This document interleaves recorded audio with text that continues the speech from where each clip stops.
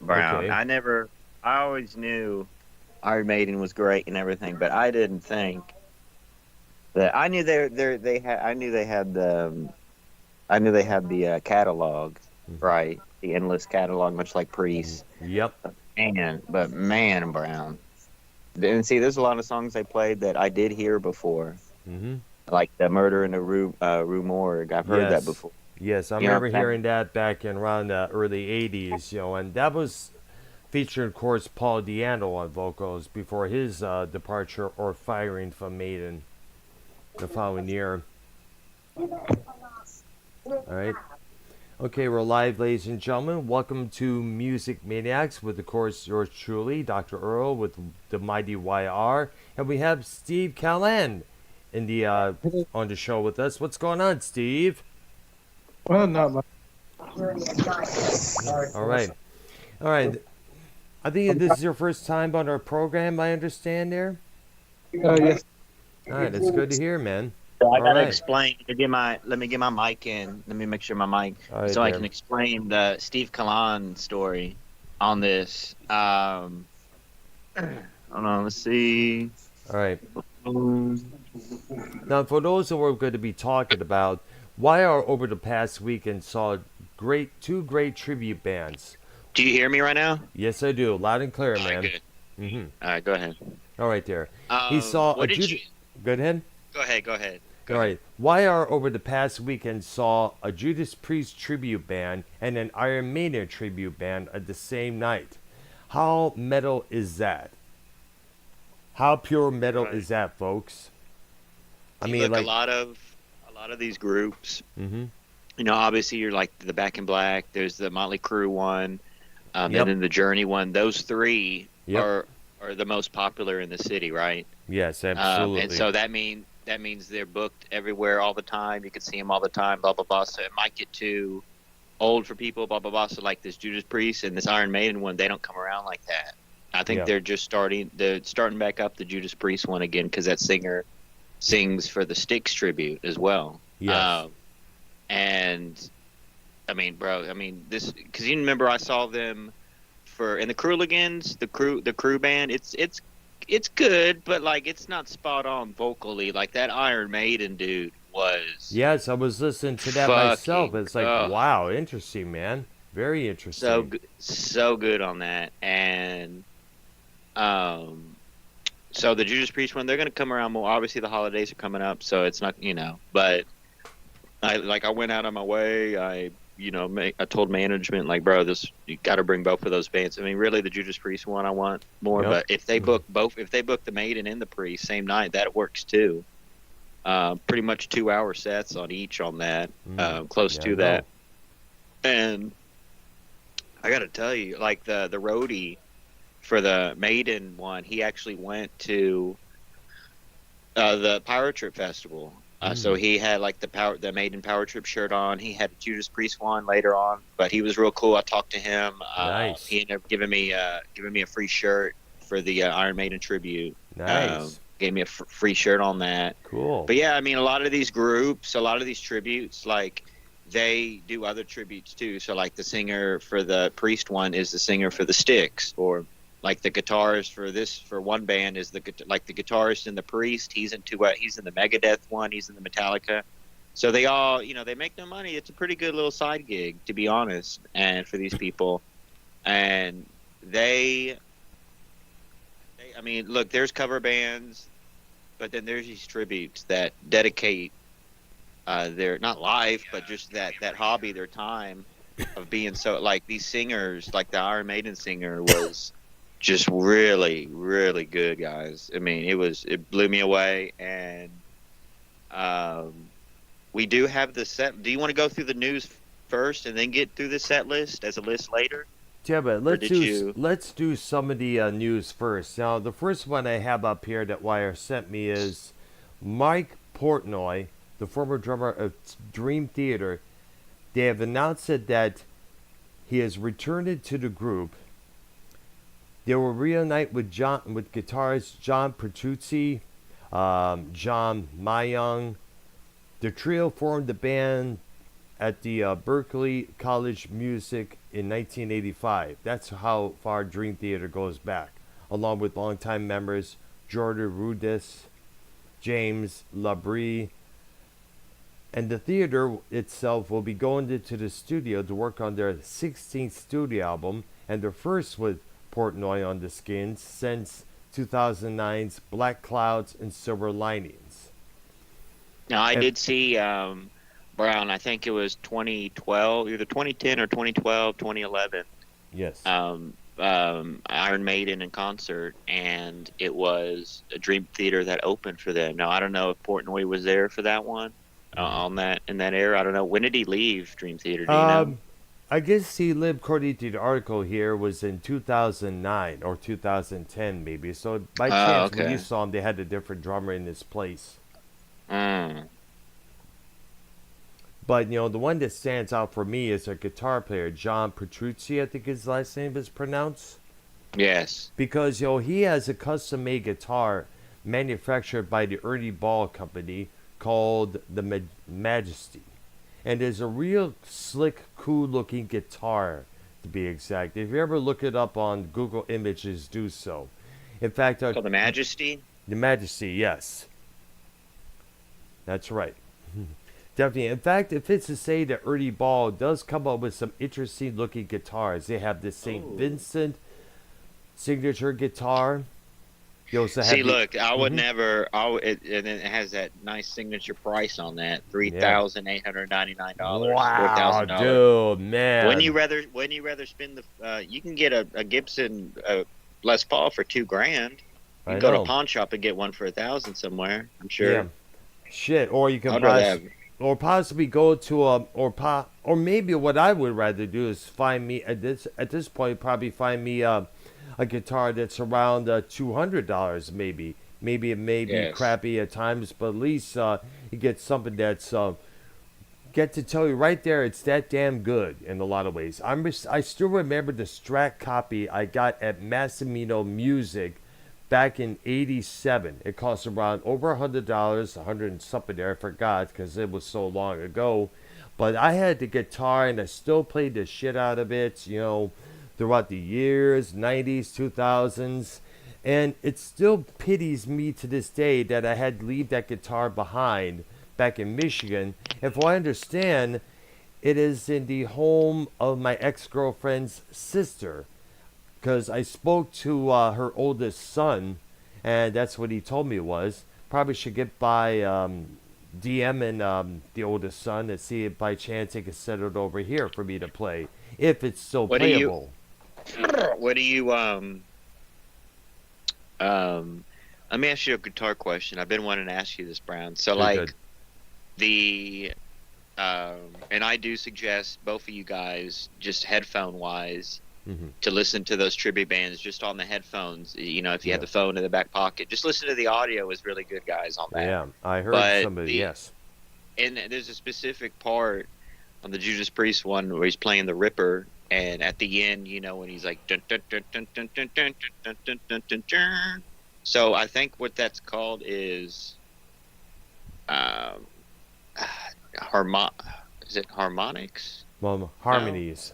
No, Harmonics no, or no. harmonies. No, like when you go to bend the string, and the sound that comes out Yeah. is like wow wow wow wow wow wow wow. What is that called? Like natural harmonics? Is that what it's called? I'm when there's thinking this so. there's certain places on the guitar where you like when Zach Wilde does when he does that signature sound when he like bends the string. Yes, and it's on a Yeah, so high like- pitch. I'm not see, too sure. I do not know what that is called, but you know what? It is such a unique sound. It's I was cool, right? I was able to do it on the old Strat copy that I mentioned a while ago, but it's kind of hard to on the guitar that I have now because basically it all depends on kind of pickups that the guitar has. It allows you to do that. What do you think about it? Yeah, see, when I do it, it sounds like that, but I think they might have like some type of effects that makes it a little bit like, or because I was looking it up, there's like 5 or 7 natural parts on the guitar on the the Fretboard. frets. Like Yeah. there's frets that make that sound naturally. It's called not harmonics. It's called natural something. Natural sound, I guess. No, it's like a because I saw it on people trying to teach it on YouTube on that. But I just wanted to because that dude for Priest was playing just the regular old Epiphone SG with he had like the custom mirror on there, Yep.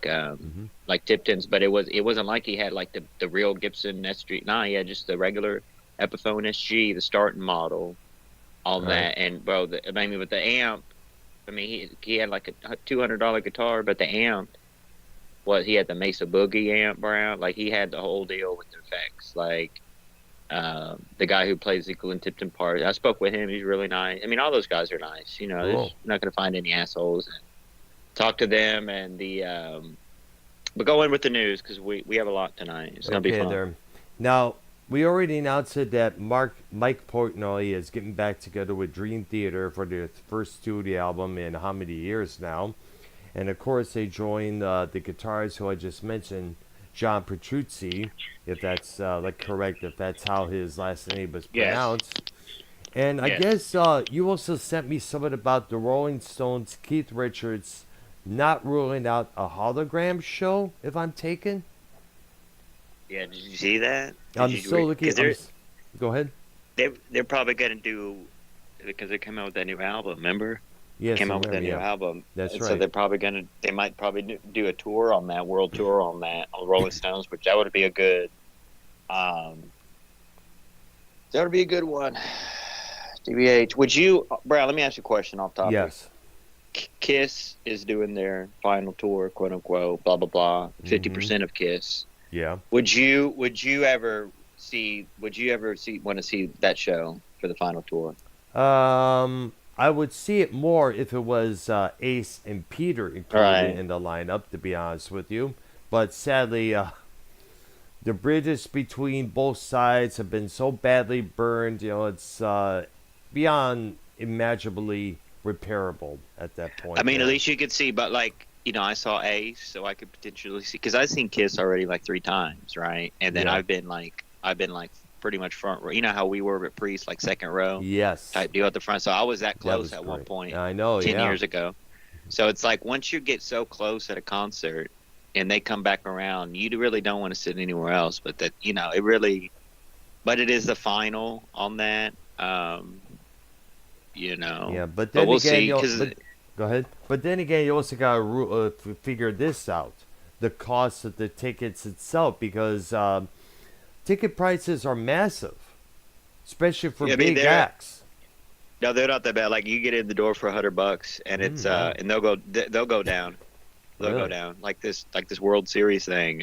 Steve Callan and like these hockey games, guys. Like really, you like right now for Stars games, $30, $20.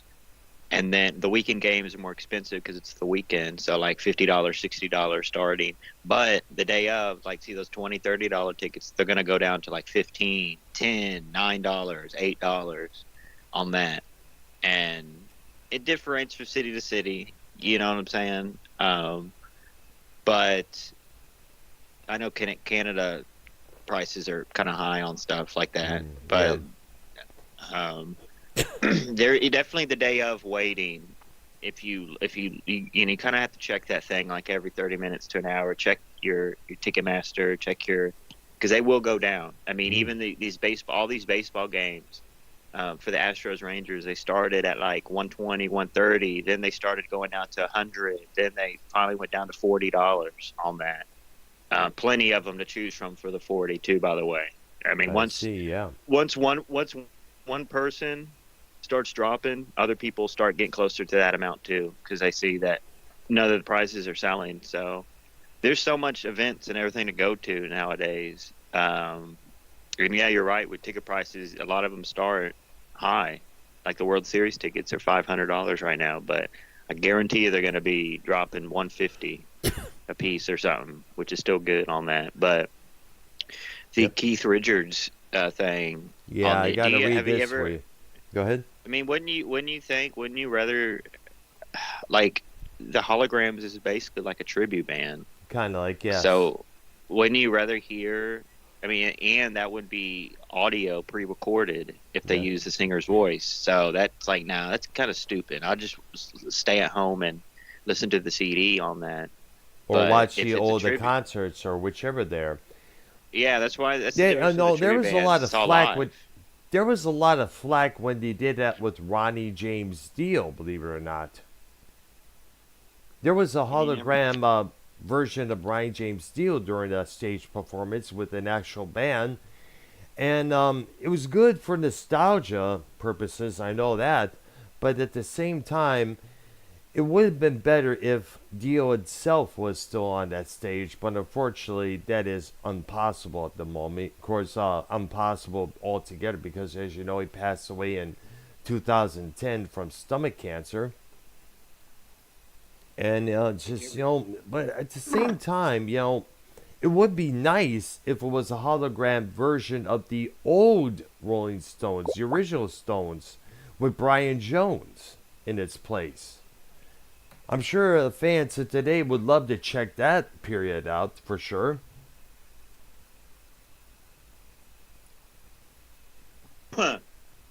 Yeah, what's up? And then I sent a news piece on that Lynch Mob farewell tour on that. Yeah, they're supposed to But be getting. Yeah, I heard about that. They're breaking up. I guess they're calling it quits. I guess.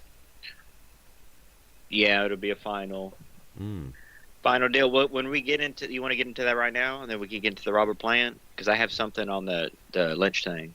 Go We'll just ahead. knock it Yes. out right now. Yeah, All right, let's so go ahead. Let's talk about that.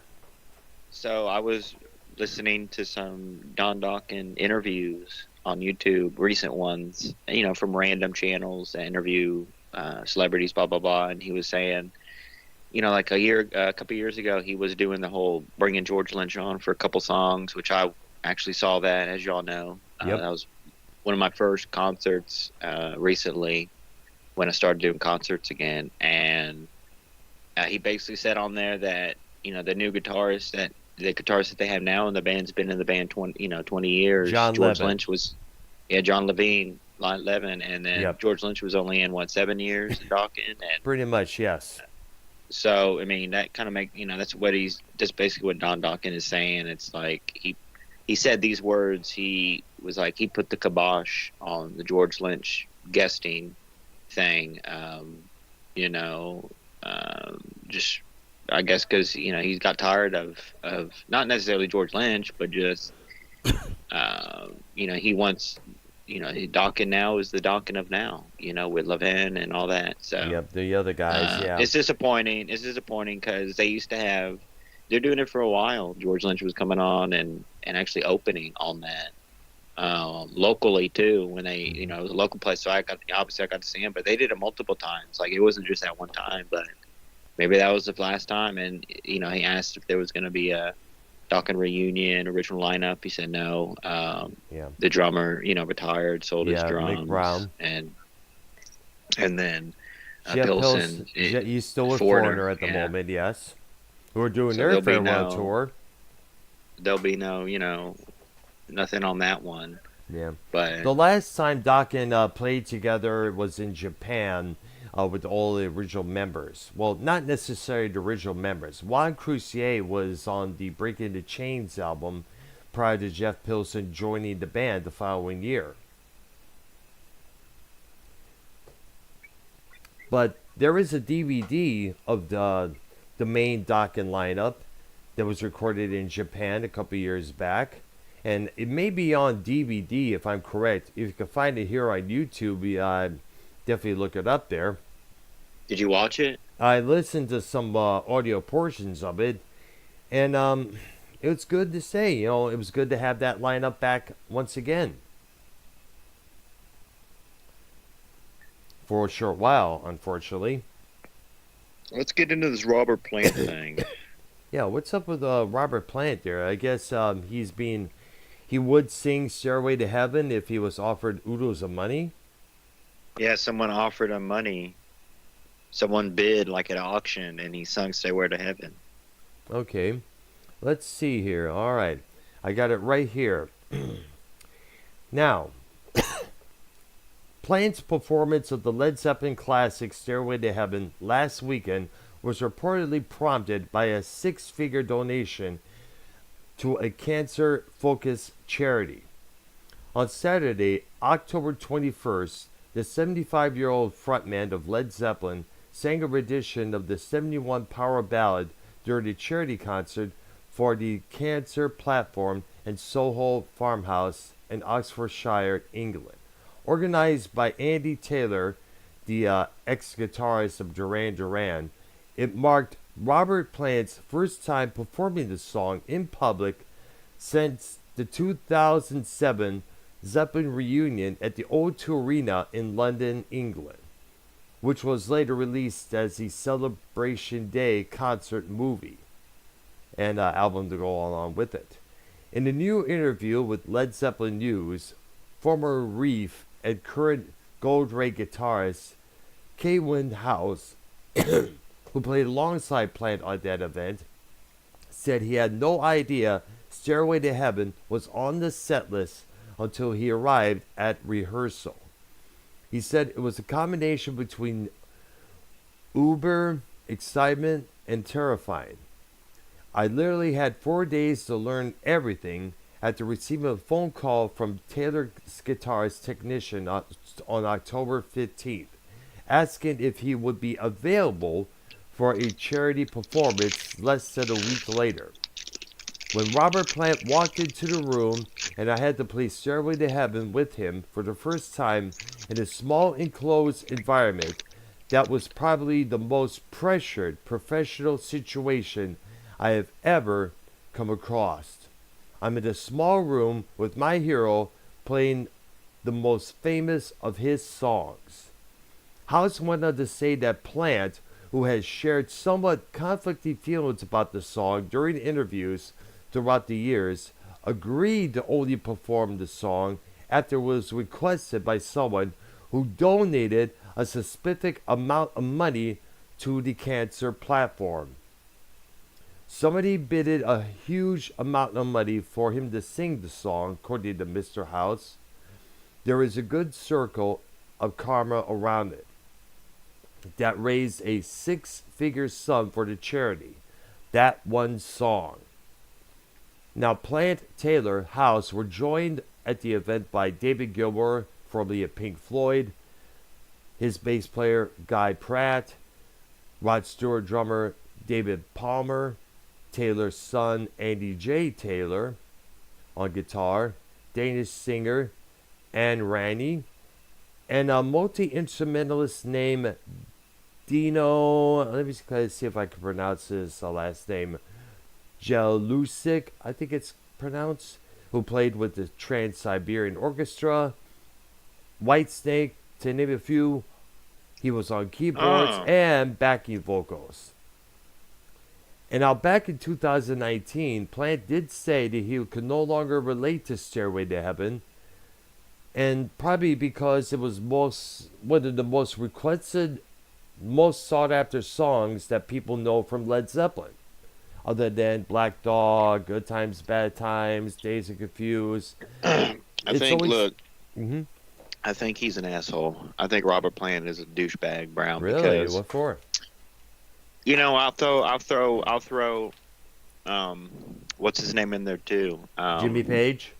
Jimmy Page in that too, because every other damn band has been doing touring. Rolling Stones, Paul McCartney. I mean, I'm thinking of all these groups do touring. Why can't these, bro, they're like the biggest band ever. Yeah.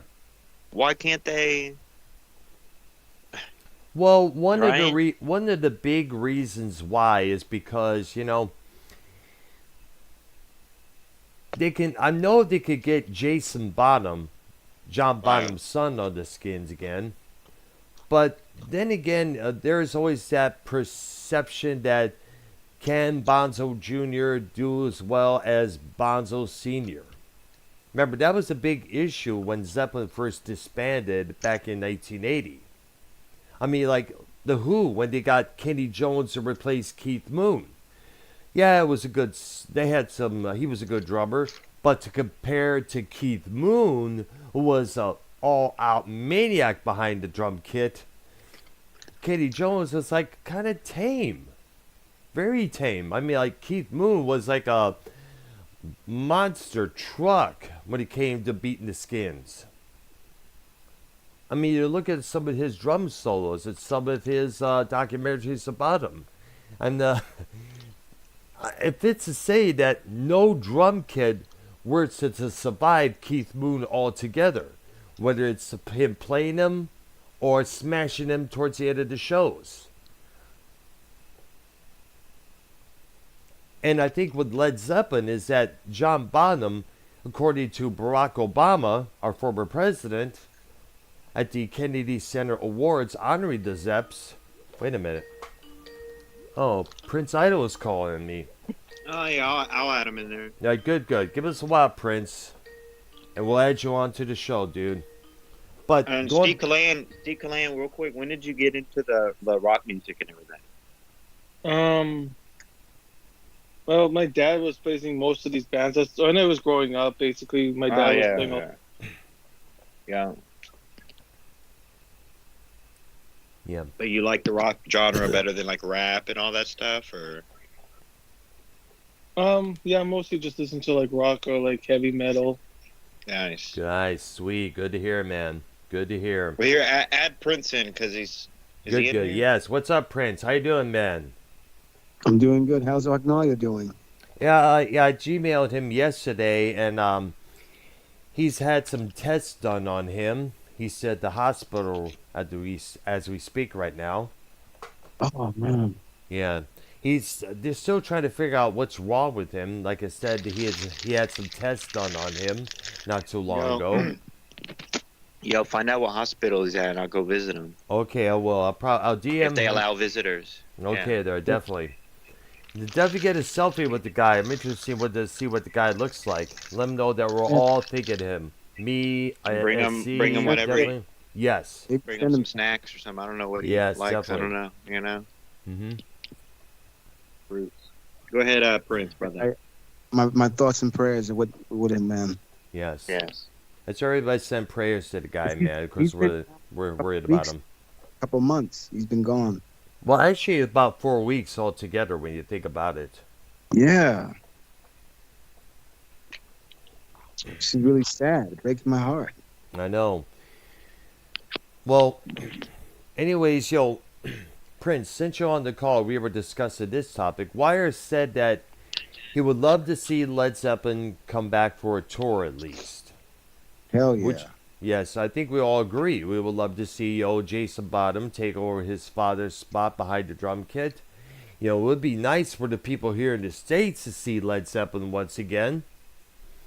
Just one more time. Brian, have you ever seen them in concert or no? You see Zeppelin in concert? No, I never did. Yeah. You got to remember, I was a week. They disbanded after Bonham's death in 1980. I was a wee kid at that time. I think of them about 13. I think it was 14 or 14, I believe. I thought you were like 4. I thought you were in like 19 when the Titanic sank. You were like 25 years old. Oh No, gosh. I'm Oh no, yeah. No. So basically, what you're saying in the 70s, you were a child in the 70s. Yep, absolutely. All right. Isn't We're not Aerosmith that old. Not their that one old. last show again? They're doing their peace out tour. It's going to be their farewell That's what tour. they need to do. They need to do a peace out tour. Yeah. So I don't mind seeing Zeppelin play again. I don't mind seeing them go at it one more time. I think everybody listening to this program right now will most definitely agree with you, Prince, because there was a possible chance that maybe Miles Kennedy, who worked with Alter Bridge and Slash in the past, he was going to possibly sing those songs with Page, Jones, and Bonham, but knowing the backlash they would get. Band Alter Bridge, right? What up? The band he's from Alter Bridge. The band. Correct. Yes. He sings Adam Copeland, aka Edge's theme song. Ah, nice. Yeah. Yes. And that was only what I remember hearing was a rumor because he turned down thousands of dollars planted to do a Zeppelin reunion tour here in the States.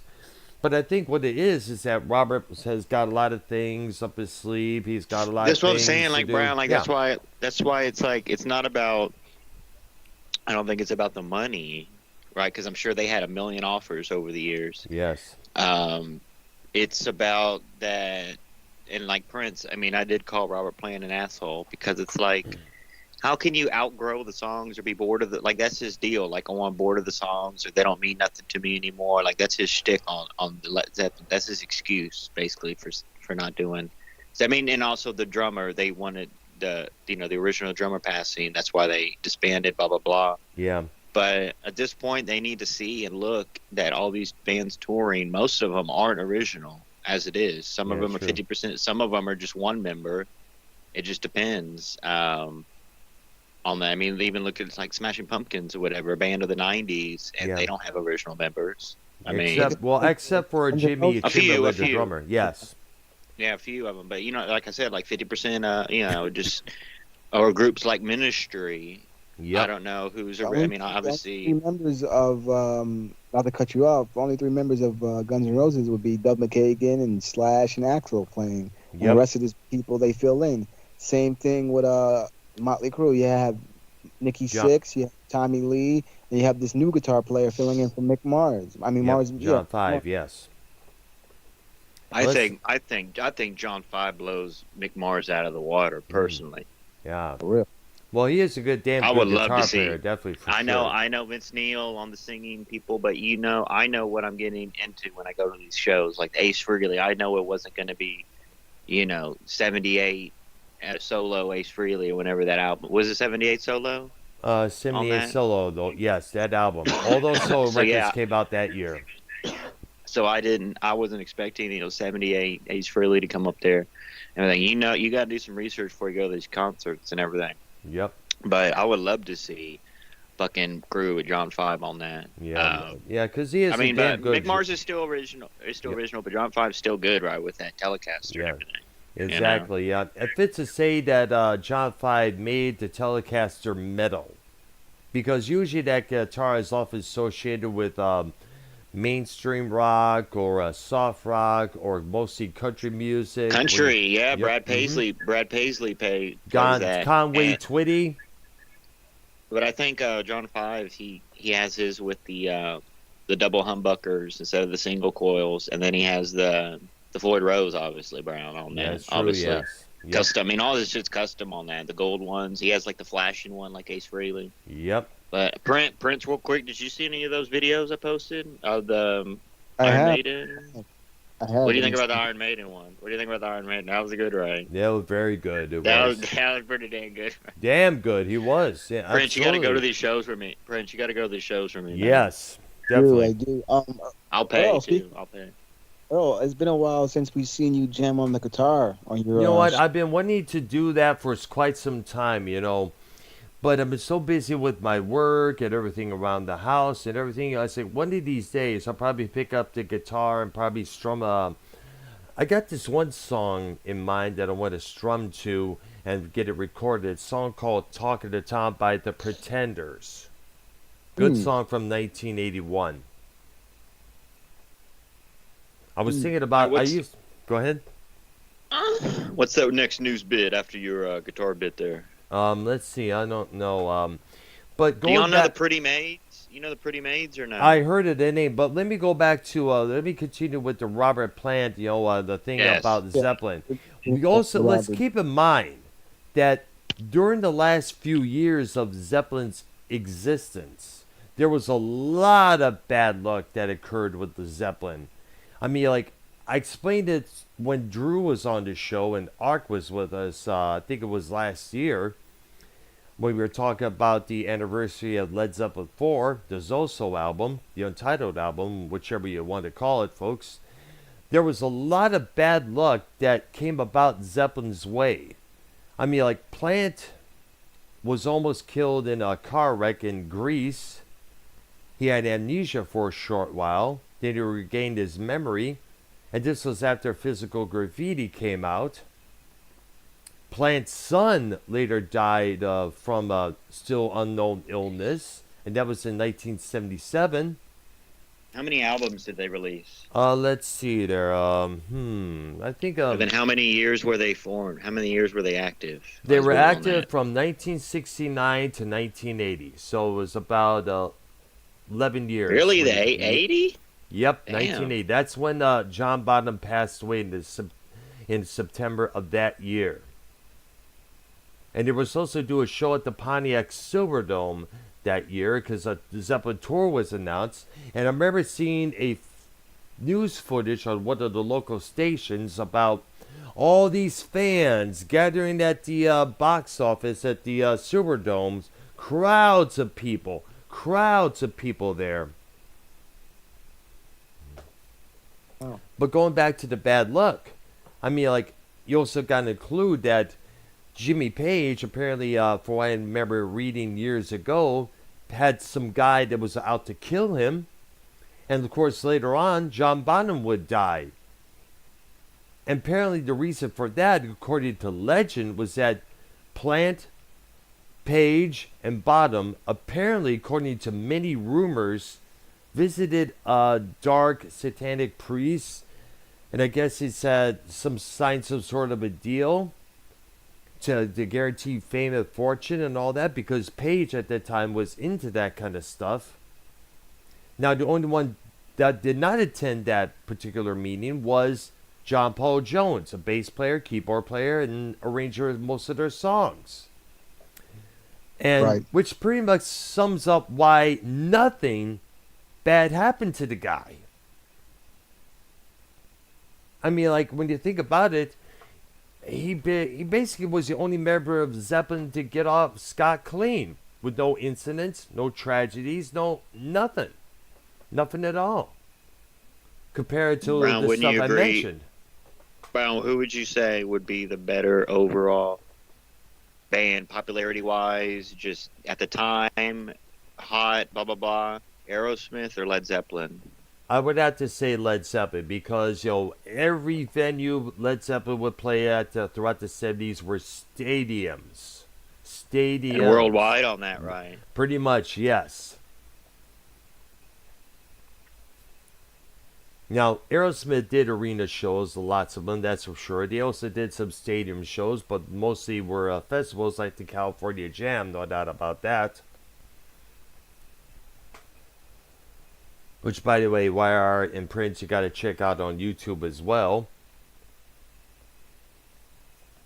Oh, yeah, California Jam, Prince. That's right. I think there was a live album commemorating that particular performance. I think there was also California Jam #2. If I remember seeing the album at one of the old record stores that we had back in the day there.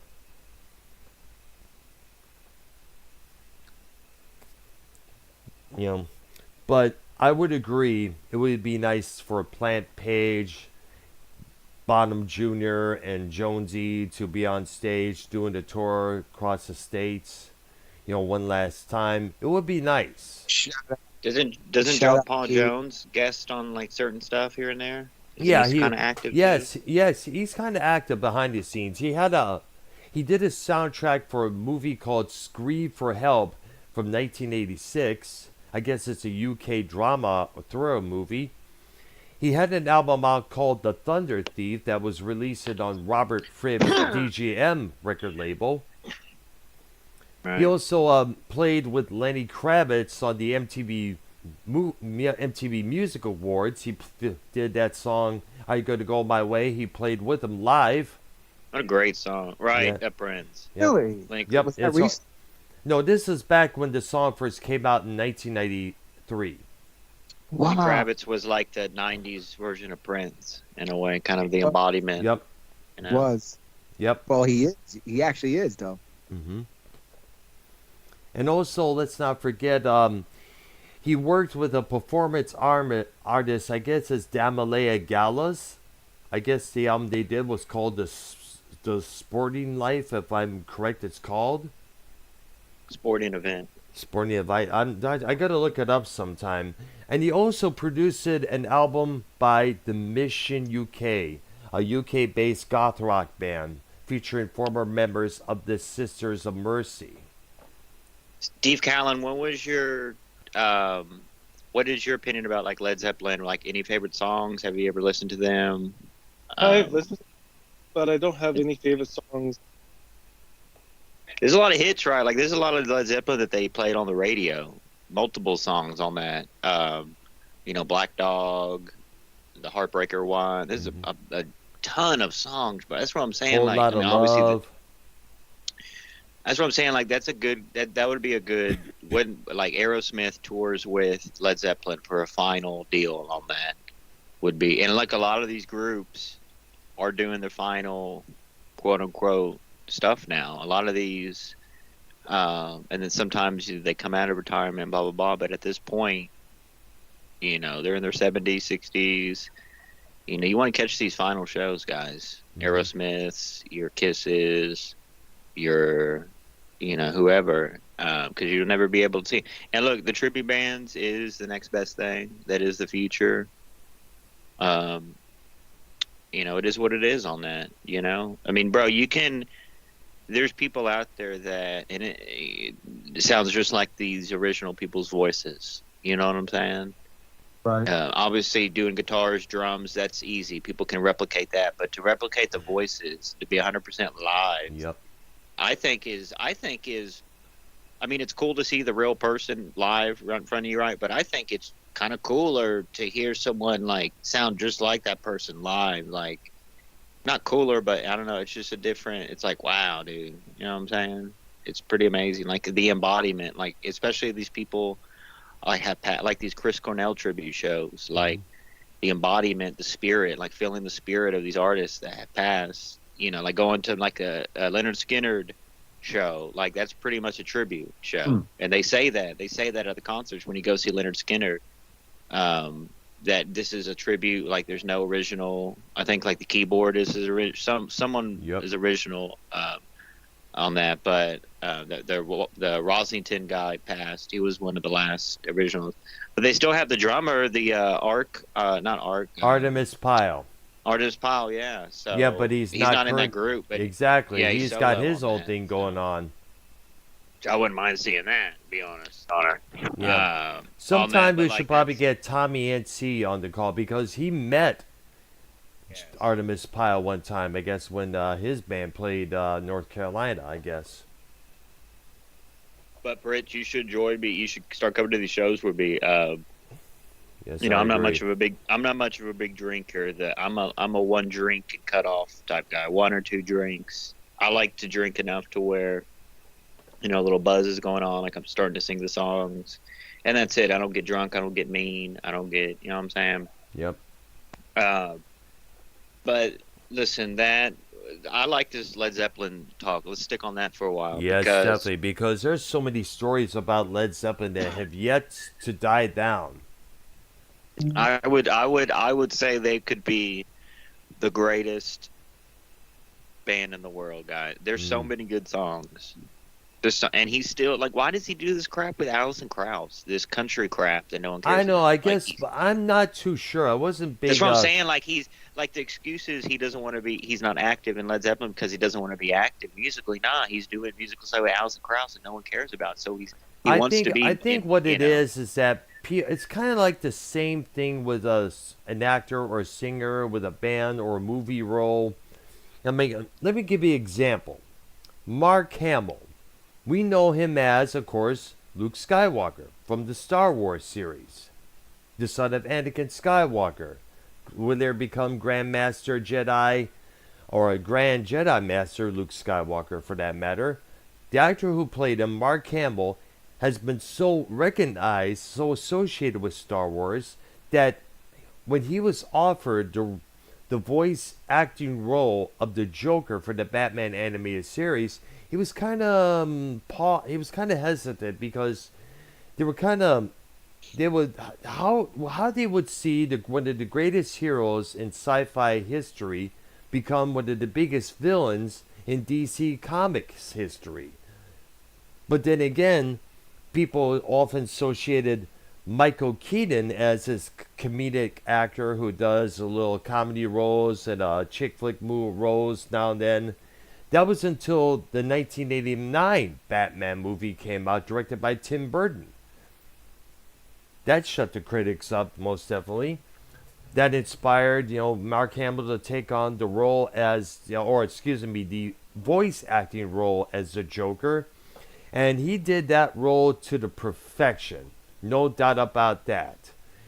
And there were many versions of Mark Hamill's Joker in various shows like Robot Chicken, Mask of the Phantasm, the Batman movie The Killing Joke, which, by the way, is not for kids, for what I understand. I remember hearing a review about that on one of my old jobs. He also made a little appearance in the TV series Birds of Prey, where it's a scene where Barbara Gordon gets shot by the Joker, laying in a pool of blood, and Mark Hamill as the Joker saying, "Knock, knock, who's there? Batgirl, past tense, yeah." And that is definitely Hamill to the full max. What the fuck was that? What? Look up Mark Hamill. What? You said my son. Yeah. What the hell was that? Past tense, he said. We are bigger Star Wars fans than Star Trek on this show, I think, right? I think Can we all agree yes. on that? Yes, absolutely. I was not much into Star Trek. You can't be doing that, Earl. You can't do that. YR does not like stuff like that on the show. What? The hell? Like, I wasn't trying that. That was the laugh that they usually do. I cannot do the Joker laugh like Mark Hamill does. My voice doesn't go up that high. Oh, you talking about that laugh he does? Yeah, absolutely, yes. That high pitched laugh. Yes. Look up Joker laugh by Mark Hamill on YouTube, and you'll see what I'm talking about. You talking about that? Yep. Oh, Prince absolutely. Can do it. Prince knows how to do it. Hey, maybe I think any black man can do the Joker laugh. I think, right, Prince? Hey, maybe you could take a spot since Mark Hamill retired from that role. He has like the high pitched one, and he has like this creepy one. He goes. Yeah, something like that. Yes. Yeah, that one. Yeah. Yep, that's it. That's it. He's iconic for that. He really is. He is. Him. But Heath Ledger, his one in the Dark Knight, that laugh is really hard to do. Yes. Well, in the Dark Knight, we hardly see Ledger do any creepy laughs like the Joker that we all know. He did it. But it was barely. But definitely Heath Ledger's Joker was most insane. That's for sure. He was crazy to the full max. Yes. Yep. And the new Joker, which was with what's his name? That rock star guy. What's his name? Which one? What's his dude's name? He did the Suicide Squad Joker. I forgot his name. Oh, Jared Leto? I didn't buy into that much. Joker laugh is just. When the fuck terrible. did the Joker all of a sudden go all out gangster with the tattoos on his arms, his forehead?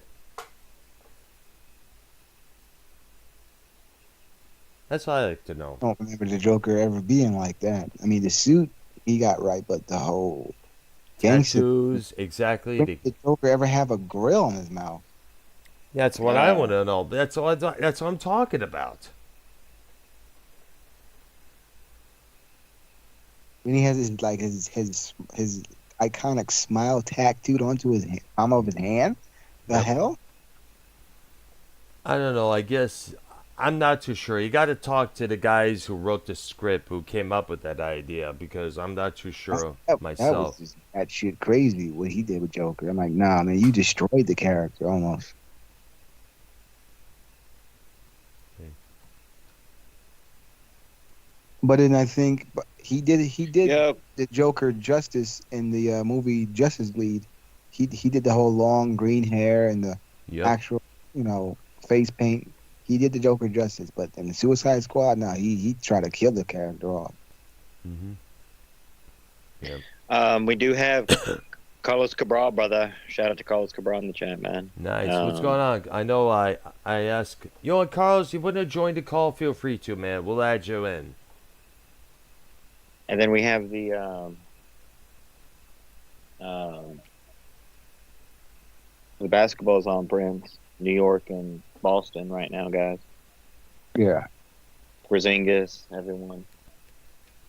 It's basketball season, guys. Baseball ended. Brown, our Houston Astros lost, so. Oh, wow. I know. All right, But Prince, you know how it is up here, Prince. North Texas, the Rangers. People are on fire. People are happy, right, Prince? People are ecstatic. 2 Texas teams, man. Ecstatic. Yeah. We can bring the championship to the state twice by 2 different teams. So The Texas teams are not that good. Usually they're not, but, I you know know. I was hearing a lot of criticism towards the Dallas Cowboys from Gal Pal, who lives by the Arlington area. In fact, you know, when we found out about Bray Wyatt passing away, she DM'd me on Facebook giving me the news about that. And me and Argnoia were live at the same time when she told me about this. I was at the Ministry Rob Zombie concert. Yeah. When that happened, actually. I know, yeah. Guys, do you have? Let's see what else we have on the docket here. Yeah, the set list. Yeah, you were supposed to talk about that from both bands. All right, so really the Iron Maiden one was interesting because the song, what's with this like Rhyme of the Ancient Mariner? Do they play that one live a lot usually? Or, They did a lot. Oh, it's a classic tune. It's become it's an awesome song. Good. Still Life, Brown. Still Life, yeah, that's from Peace of Mind. Good song there. 22 Acadia Avenue. No, Acacia Avenue. That song is about a prostitute. And that was the second installment of the Charlotte the Harlot trilogy. They had a final installment on the Fear of the Dark album. I forgot the title of it. We got to look it up later on. No doubt about it. But Loneliness, Long Distance Runner. Yep, good song from them. From the Somewhere in Time album. One of my favorites from them. Flash of the Blade. Yep, from Power Slave. Good song. So they really played a lot, like Innocent Exile. Yep. Wrath Child. Yep, songs that only the diehard Maiden fans know by heart. And me and my best friend, me and my best friend Dennis were big Maiden diehards, along with Priest, for that matter. I mean, like, you know, we were into the deep stuff, whether it's the title cut from Power Slave or Back in the Village or Alexander the Great. And when it came to Priest, it was songs like, you know, Victim of Changes, The Sentinel, or Private Property. We always were into the deep stuff, and the Maiden tribute group definitely proved that they were deep into Maiden, without a doubt, by playing all these songs that I'm sure you didn't really know about these songs. Very deep, bro. They played all of them damn songs I knew, but they played. They really hit the Victim of Changes and Beyond the Realms of Death on the same set, bro. Nice. Good to Isn't hear. that great? And then, bro, the It last is. song was Painkiller. Mm-hmm. Oh my God, it was. But really, like, look there, because I already saw the Priest one like 3 weeks ago, but the Maiden one is the first time they played in a while type deal. Yep. And you know, me, like I'm not deep into them like Priest, so you know, I only really know, you know, The Trooper, Hallowed Be Thy Name, Number of the Beast, Wasted Years, Run to the Hills. Can I Play with Madness? Yeah, Run to the Hill, Evil Men Do, Aces High, Power Slave. Like, I'm familiar with part 2 of Minutes that. of Midnight. They did not play that. No. No, but you know about that song. It is a Yeah, I classic know for that. them. I wonder why they didn't play that. I do not know. But I know Maiden themselves played this song when I saw them in the Cynthia Woods back in 2019. Mm. And I guess if it's to say that, all the diehards, here's the thing. Here's something I wouldn't know. Both bands are legendary. I mean, Priest started out years before Maiden did. If it's to say that. Priest started out, I guess, in 73, 1972. Maiden started in 1977. But yet, is it me or is Iron Maiden's audience more larger than Judas Priest? That is true. Yes. And that's one thing that I always question myself. Because, Priest was... Maiden is I've seen them live. That was like 10 years ago. Yep. And I'm going to see them live again whenever they do the Future Past tour for the U.S. So, like, compared to, like, I don't know, like, bro, I think they're more better live than Metallica. Mm. There's no tuning down. There's no, they're played faster than they ever played, or just as fast, playing fast. Iron Maiden, I really think they're number one live. I think vocally, everything. And to the question that I asked some moments ago, I think one of the prime reasons why is because throughout the 1990s, when heavy metal was in a comatose state, Maiden kept pursuing on and on and on. They were releasing albums, tours, albums.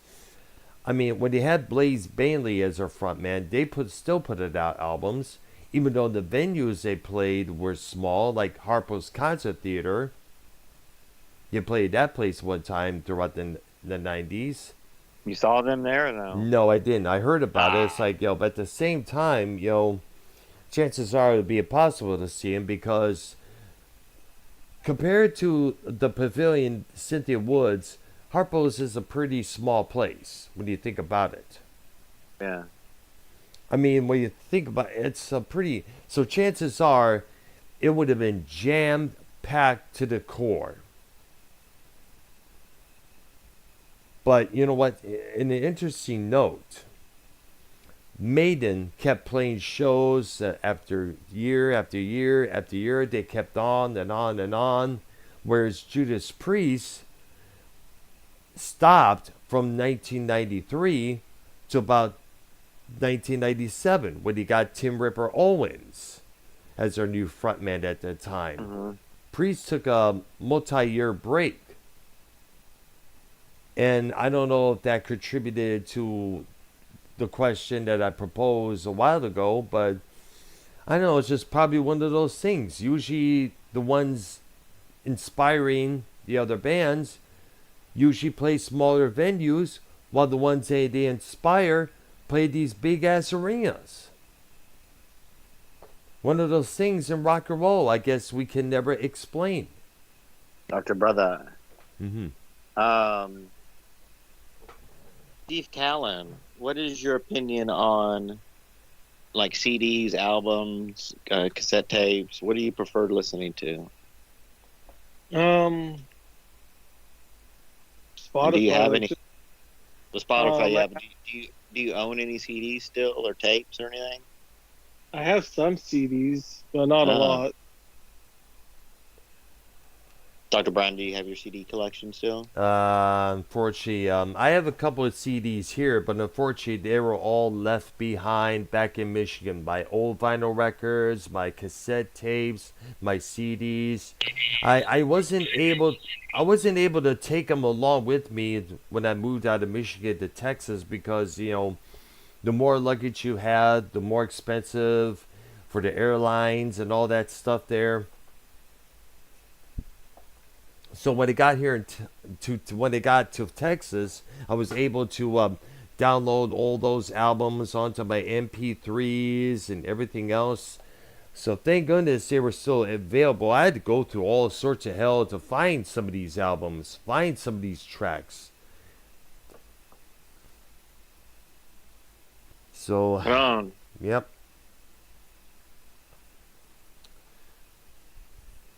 So, all right. what about you, Prince? Oh, he's Prince, muted, right? do you like the? What about Scott? Scott, do you still have any CDs, cassette tapes, or records? That you have? Is this Music Maniacs? Thank you for having me on Music Maniacs, guys. Yes. Yep, this is. Yep. I do have CDs actually. Really? Which ones? Really? I have a lot of CDs. I have a lot of albums too, actually, back home in Nova Scotia. I do. Pink Floyd, The Wall. Yeah, yeah. Original pressing? Yes. Nice. Yes, yep. So did I. I got it at a flea market, bro. Yeah. Ah, cool. Flea markets are the best because you get the old fucking guys and like from the actual 70s and 60s, like they're old as fuck in the flea market selling their original print everything. Yes. It's great. Yeah. Yes. DCR, man, Boston, fucking all that shit, bro. Oh, man. Wow. And more avant-garde stuff there. I remember there was places like Record Time, Car City Records. There was the only two record places I remember that had vinyl was Space City Audio in Old Town Spring in Texas. And, of course, some place I forgot now, but it was on 1960 Road by some intersection there. I forgot the name of it. Abbey Road. But you know what? Those are the only two places that had music other than Walmart. And of course, Walmart now has less CDs and more vinyl albums. But you know, they're fucking like $40 on that. Yeah, I saw that. But then again, that's everything else has gone up. I saw Jelly Roll the other day going into a Walmart to buy his album or whatever. It was all in vinyl. He said they got the CDs. Look, they got the vinyl. Fucking right, Walmart. He bought his own shit. It was pretty cool. They had a big section for Jelly Roll. I think it was in his hometown too, though. But yeah, it was pretty cool. Brown, do you Dire Straits record as well? Yeah. By the way, yeah. Here's something else I gotta point out. The original Dire Straits album, Brothers in Arms. I remember seeing the original vinyl. It was actually a two-sided album, side 1 and side 2. The new version that just came out not too long ago was a double album. Oh. Yeah, they expanded. They did the same thing with Appetite for Destruction. They made that. Actually, it's a 3-sided album for Appetite because, leaving the fourth side all blank like it did. They did that with a special vinyl version of Hunky Dory, the big David Bowie album. Oh, yes. Yes. I love David Bowie. Yes.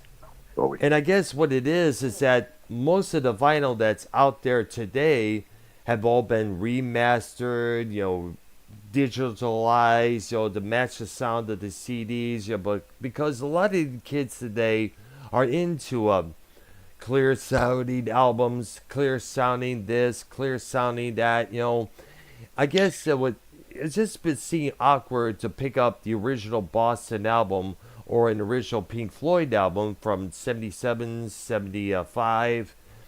And to them, it's like, oh, this sounds kind of so-and-so here compared to the CDs and the new stuff, the Spotify that we all know and love. That's what we know.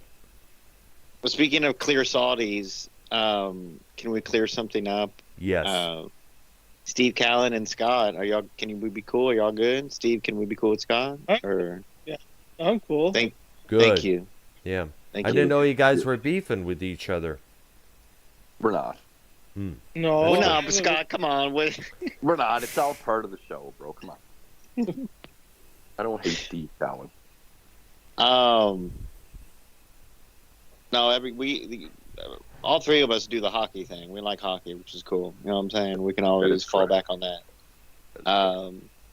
Dr. Brown, yes. Can we speak with Scott about Led Zeppelin a little bit? Get Scott's views on Led Zeppelin, yes, which I think really is the number one best band. Like not like.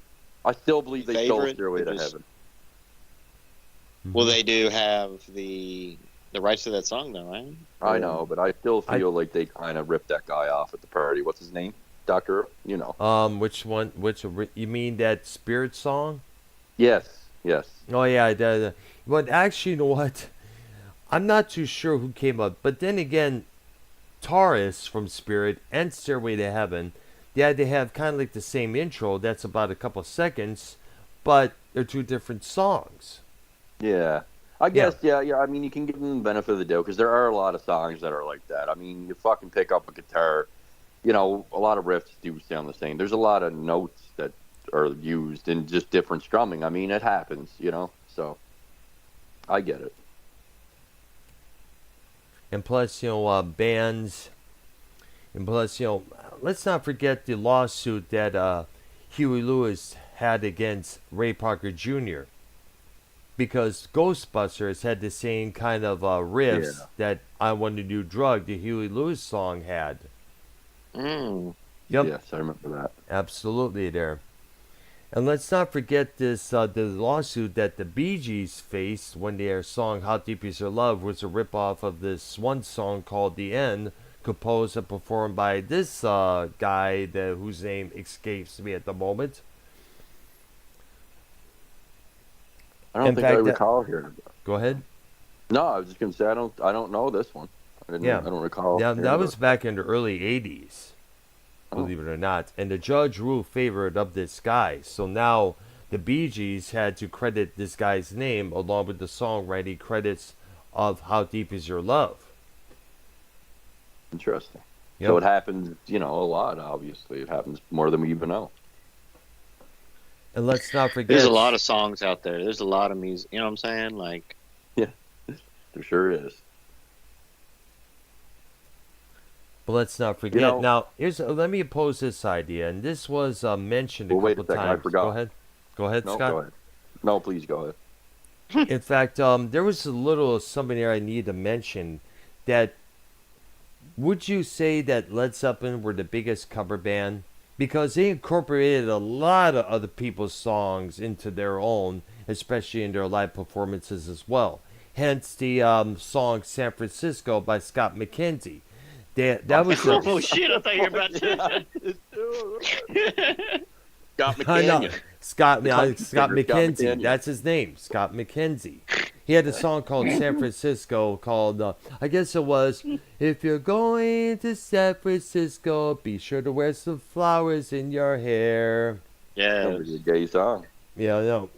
That actually was incorporated, the lyrics of that song was in the live version of Dazed and Confused on the Song Remains the Same soundtrack album. Definitely listen for it. Oh.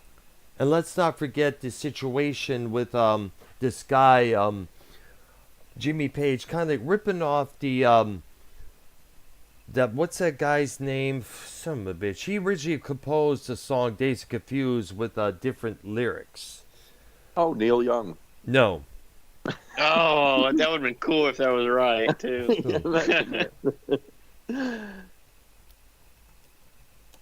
Ron, you got to look that up real quick. Earl, do you think that analog sound is the best, though? Like, I believe... Let's just say that records, really, you can't emulate a record, can you? Like, can AI give us that crisp frequency? Because I believe that even back then there was an actual frequency that made people feel a certain way. Like, music was good for the soul. I think there's something very demonic about music now that's more like brainwashing, and it's not a very good frequency or vibration. You know what I mean? You know, I guess like what the new music. Like new music or listening to music on like YouTube type? A little bit of both. Like even if you go back and listen to it on YouTube or whatever and you're not actually doing it on a record, even if it's a CD or on the radio, I just don't feel like it has that same vibe as an original record does. You know that's kind of... Scott has a point there because going back to an album called Raw Power by Iggy Pop and the Stooges. I picked it up because I remember hearing the title cut on the radio one time, and I was infatuated with the guitar sound thanks to James Williamson.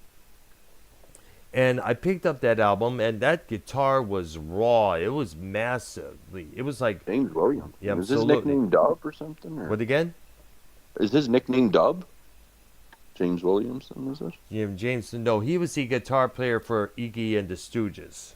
Oh, okay. He played on the album Raw Power. Definitely look that up for shizzle. Who's this German guy in your chat? German What guy? language is it? Yeah, what language is that? I don't know. Really? I do not know. But, dude, speaking of Stu, okay, kid? Because I don't understand what you're. I don't speak, but he did send something about Mona Lisa Notch. Do hearts, mate. I don't know. Yo, everyone knows that song by Rammstein. Duhash. Yeah. Duhash. They play that yeah. at the hockey game, actually. Yep. Oh yeah. And it means you hate. You hate me. You hate me to say. I remember hearing the English version when that song first came out. Scott is onto something. We need to break this down more because music frequency. I mean, look, because like when I go to the concerts that's actually live and everything, you get that feeling, you know, of the soul and everything on that. When you put in, and it's all like physical, you know, when you touch a physical piece of music, a CD, a tape, a record, you know, it means something. It's different. You know, when you just press a button on a YouTube deal and listen to it through headphones, you know what I'm saying? Like this on the go shit, this on the go mentality really, you know, it's not good. The on the go shit. But the frequency, that's very interesting, Brown, like that. Yeah. We're on to something right now on that. Yeah, we are. It's because, you know, like I said, going back to the Raw Power album, you know, I would listen to that on my old cheap ass record player late at night, and I was just, you know, there was a lot of bass, there was a lot of intensity, you know. Because you're getting the actual ambient noise, you're getting the raw cut instrument being played wherever they're recording. Like you're getting that. Absolutely, that is true there. Yeah, Many going straight to the record.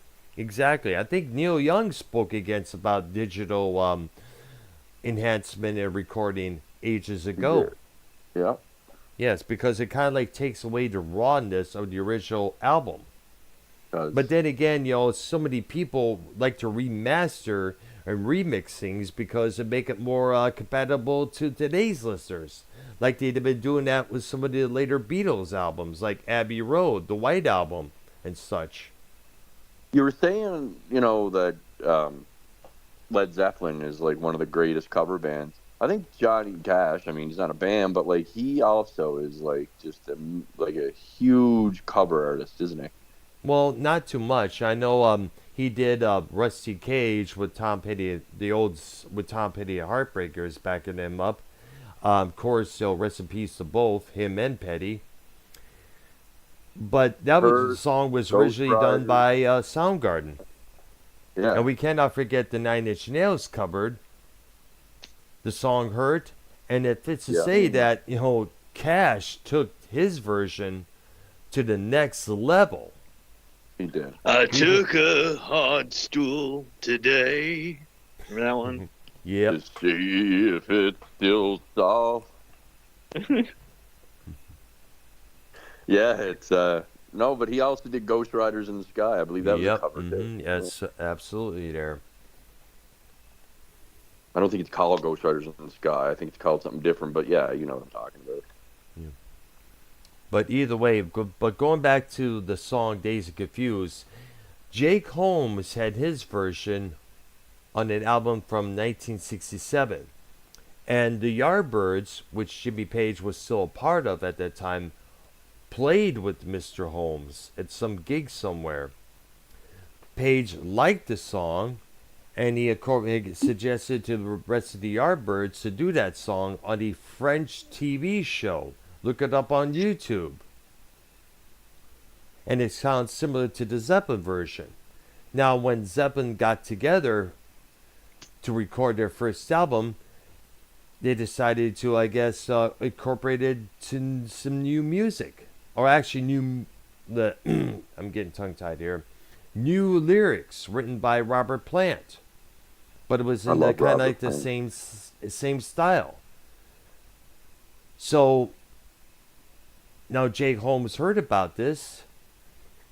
And I guess what it was is that I guess there was a lawsuit, for I understand, as a result of that situation. So now any vinyl reissue of the first album, written by Jimmy Page, Robert Plant, inspired by Jake Holmes, is underneath the song title as the songwriting credit. Now, is he Larry Holmes' brother? Or See, Jake Holmes? No. yeah. No. What about John Holmes? No. Nah. No, it's two different people there. Jake Holmes was a singer. John Holmes was a porn star. What Yeah, is Scott's opinion on these hologram concerts? Like, doing that? You feel like that's appropriate, or would you know? What is your opinion on that? I think it's not good. I don't like it. It shows you how easily we can be replaced. I've been saying that since Coachella, since Tupac got up there, and Snoop Dogg was like even freaked out, walked off the stage. Like that's where it started. Snoop Dogg. Did he really? Yeah. Really? He was rapping Gangster Party with it, and then he fucked them all up, looking at the hologram beside him, and he walked off the stage. He could see where things were going. I mean, that's where everything started with the, we were leading into the artificial intelligent realm. Like, that's scary, man. Like, they can emulate your voice, everything now with the holograms and shit, so. Scary times. Yeah. I don't like it. But that's, like I said, if they're going to do a hologram, possibly like the Rolling Stones that we mentioned earlier, they could at least do a hologram version of the original Stones with Brian Jones, Bill It's Wyman, cool. I get Charlie it. Like, Watts. yeah, like everything starts off cool and has good intentions, right? Like I believe that. Yeah. And then in the wrong hands, it can turn very evil. And it could get overdone. Yeah, like the how AI cool would it thing. be, like you go get to see your favorite musician or whatever that might be dead and gone, and go see a hologram concert. Like that would be cool. Like That would be you know kind of what I'm cool. saying? Yes. Yeah. Yes. But again, into the wrong hands, that technology and stuff can be very evil. Exactly. That is true. Some people like to like the auto-tune thing. Look how many times that got overdone on every pop and hip-hop song that was out there. Post Malone was infamous for that. I mean, I'm not saying he's a bad singer, but like, he's kind of infamous for the auto-tune, isn't he? Well, him and It is T-Pain true. as well. Yeah. Yep. T-Pain used But that for a while, lot. that was the thing. For a while, like the 2000, Yep. 2007, 2008, 2000, you know what I'm saying? That Yep, was absolutely. Almost everybody in hip hop was using it, and like the person I just mentioned, T-Pain. Mm-hmm. I would love to go back to 2002, 2007, 2008. Soldier Boy got in it. That was the big song back then, eh? Soldier Boy. Man, yes. Oh gosh. They still play that at the gym I go to, and I'm like, are you fucking kidding me? So what I'll do is I'll take my headphones out, put my phone on the treadmill, and blast my speaker, and I'll be playing like Silverchair and shit. Love Silverchair Frog Top album. You know what's kind of funny is that I'll bet you later on some of these old rap acts like Soulja Boy will probably end up on a show like Love and Hip Hop in the future. You ever notice that? I think they did, yeah. Yes. Or on that show Catfish or something. Pretty much. Isn't that the show that RP's on, Catfish or something? You had an episode about Junebug or something on there. Oh gosh. How is Junebug doing, by the way? Is this the drama part of the show? Yeah, there's a Well, lot let's why not, yo? Yeah, that would do the drama. Dr. Brown. Yeah. Dr. Brown. Dr. Brown, did you hear about the RP situation? Oh yeah, what? So what happened this time? This guy, and look what Junebug explained today, which was an old story, is the same way how fucking RP's acting now, and it's crazy how just pieces are coming together by itself. There's a lot of people. It's like a psycho in disguise type deal. There's a lot of the wolf in sheep's clothing, the wolf in sheep's clothing deal. There's a lot of people in this community that come off semi-normal, It's even scarier when you deal with this shit in person, I've realized, because I was under the impression that it doesn't happen as much in real life as it does online here, because people can be a little more diabolical online because they believe they can get away with it. But you wouldn't believe how much it actually does happen out there, specifically with women, man. Women are crazy, and the girl at work has been playing the craziest head games I've ever gotten played with. Really? Is there a current update on that? Or is it the same? Oh, yeah. I opened up to her, basically just told her everything that's bothering me and that she's rubbing everybody the wrong way and that people have come to me asking me why she's gaslighting me the way she is. It's turned into a complete drama fest. It's pretty bad. What? And, What? yeah, that's shit. just the girl at work. This is even crazier. Listen to this shit that happened to me the other night. There's this girl named Abby. Okay, she's 28 years old. I was talking to her a little bit on Tinder. Just a little bit. I don't know if I told you guys this story or not, but stop me if I did. She told me when I first talked to her that she had a taxidermy dog. Weird thing to say when you're first starting to try to hook up with somebody on a dating app. A taxidermy dog, for those of you that don't know, is a dead dog that's stuffed. Mm-hmm. And I'm like, okay, so I see the picture there of this curly dog that's laying on her, and I'm like, okay, maybe that is really dead. I show my buddy this girl because now I'm starting to think, is this a male catfish serial killer type of dude? And is these pictures of this woman the actual taxidermy? Like, is this a dead girl that's taxidermied in these pictures? Gosh. So I start thinking it's worse. Seriously? Right? It's not though, right? But that's what I'm thinking. But I show her this girl to my buddy, and he's like, I know her, man. I was at a party with her with the boys and blah, blah, blah. And she's a little bit different, but she's hot and everything, and she's all right. So I was like, that's cool. That's good to know. I haven't talked to this chick in weeks. I'm down in the casino. She messages me, I see you. I'm like, okay, cool. I was like, you're at the casino? Come over and say hi. Gambling's bad. I'm like, okay, just, do you want to get out of here or something? If you're here, like, I'm bored. And then she reads me what I didn't know at first was my license plate. She texted me my license plate, and I didn't know that's what she was texting me. So I looked it up. I Googled what she was texting me. Like, I thought it was some weird fucking, I don't know, meaning. Coupon code. Yeah, I don't know. It came up as Chinese currency. Then I just thought it had something to do with money in the casino. So, Scott. what? Real quick, you think she worked at the casino? I asked her that. I go, so, okay, obviously I'm starting to believe that you are here. I was like, do you work here? And then I never got a response. And I was like, well, this is fucked. So I leave the casino. And as I left, she messaged me again, safe drive. And I'm like, oh, my fuck. So I'm definitely being watched. So now I'm out in the fucking Jeep, and I'm like paranoid as shit.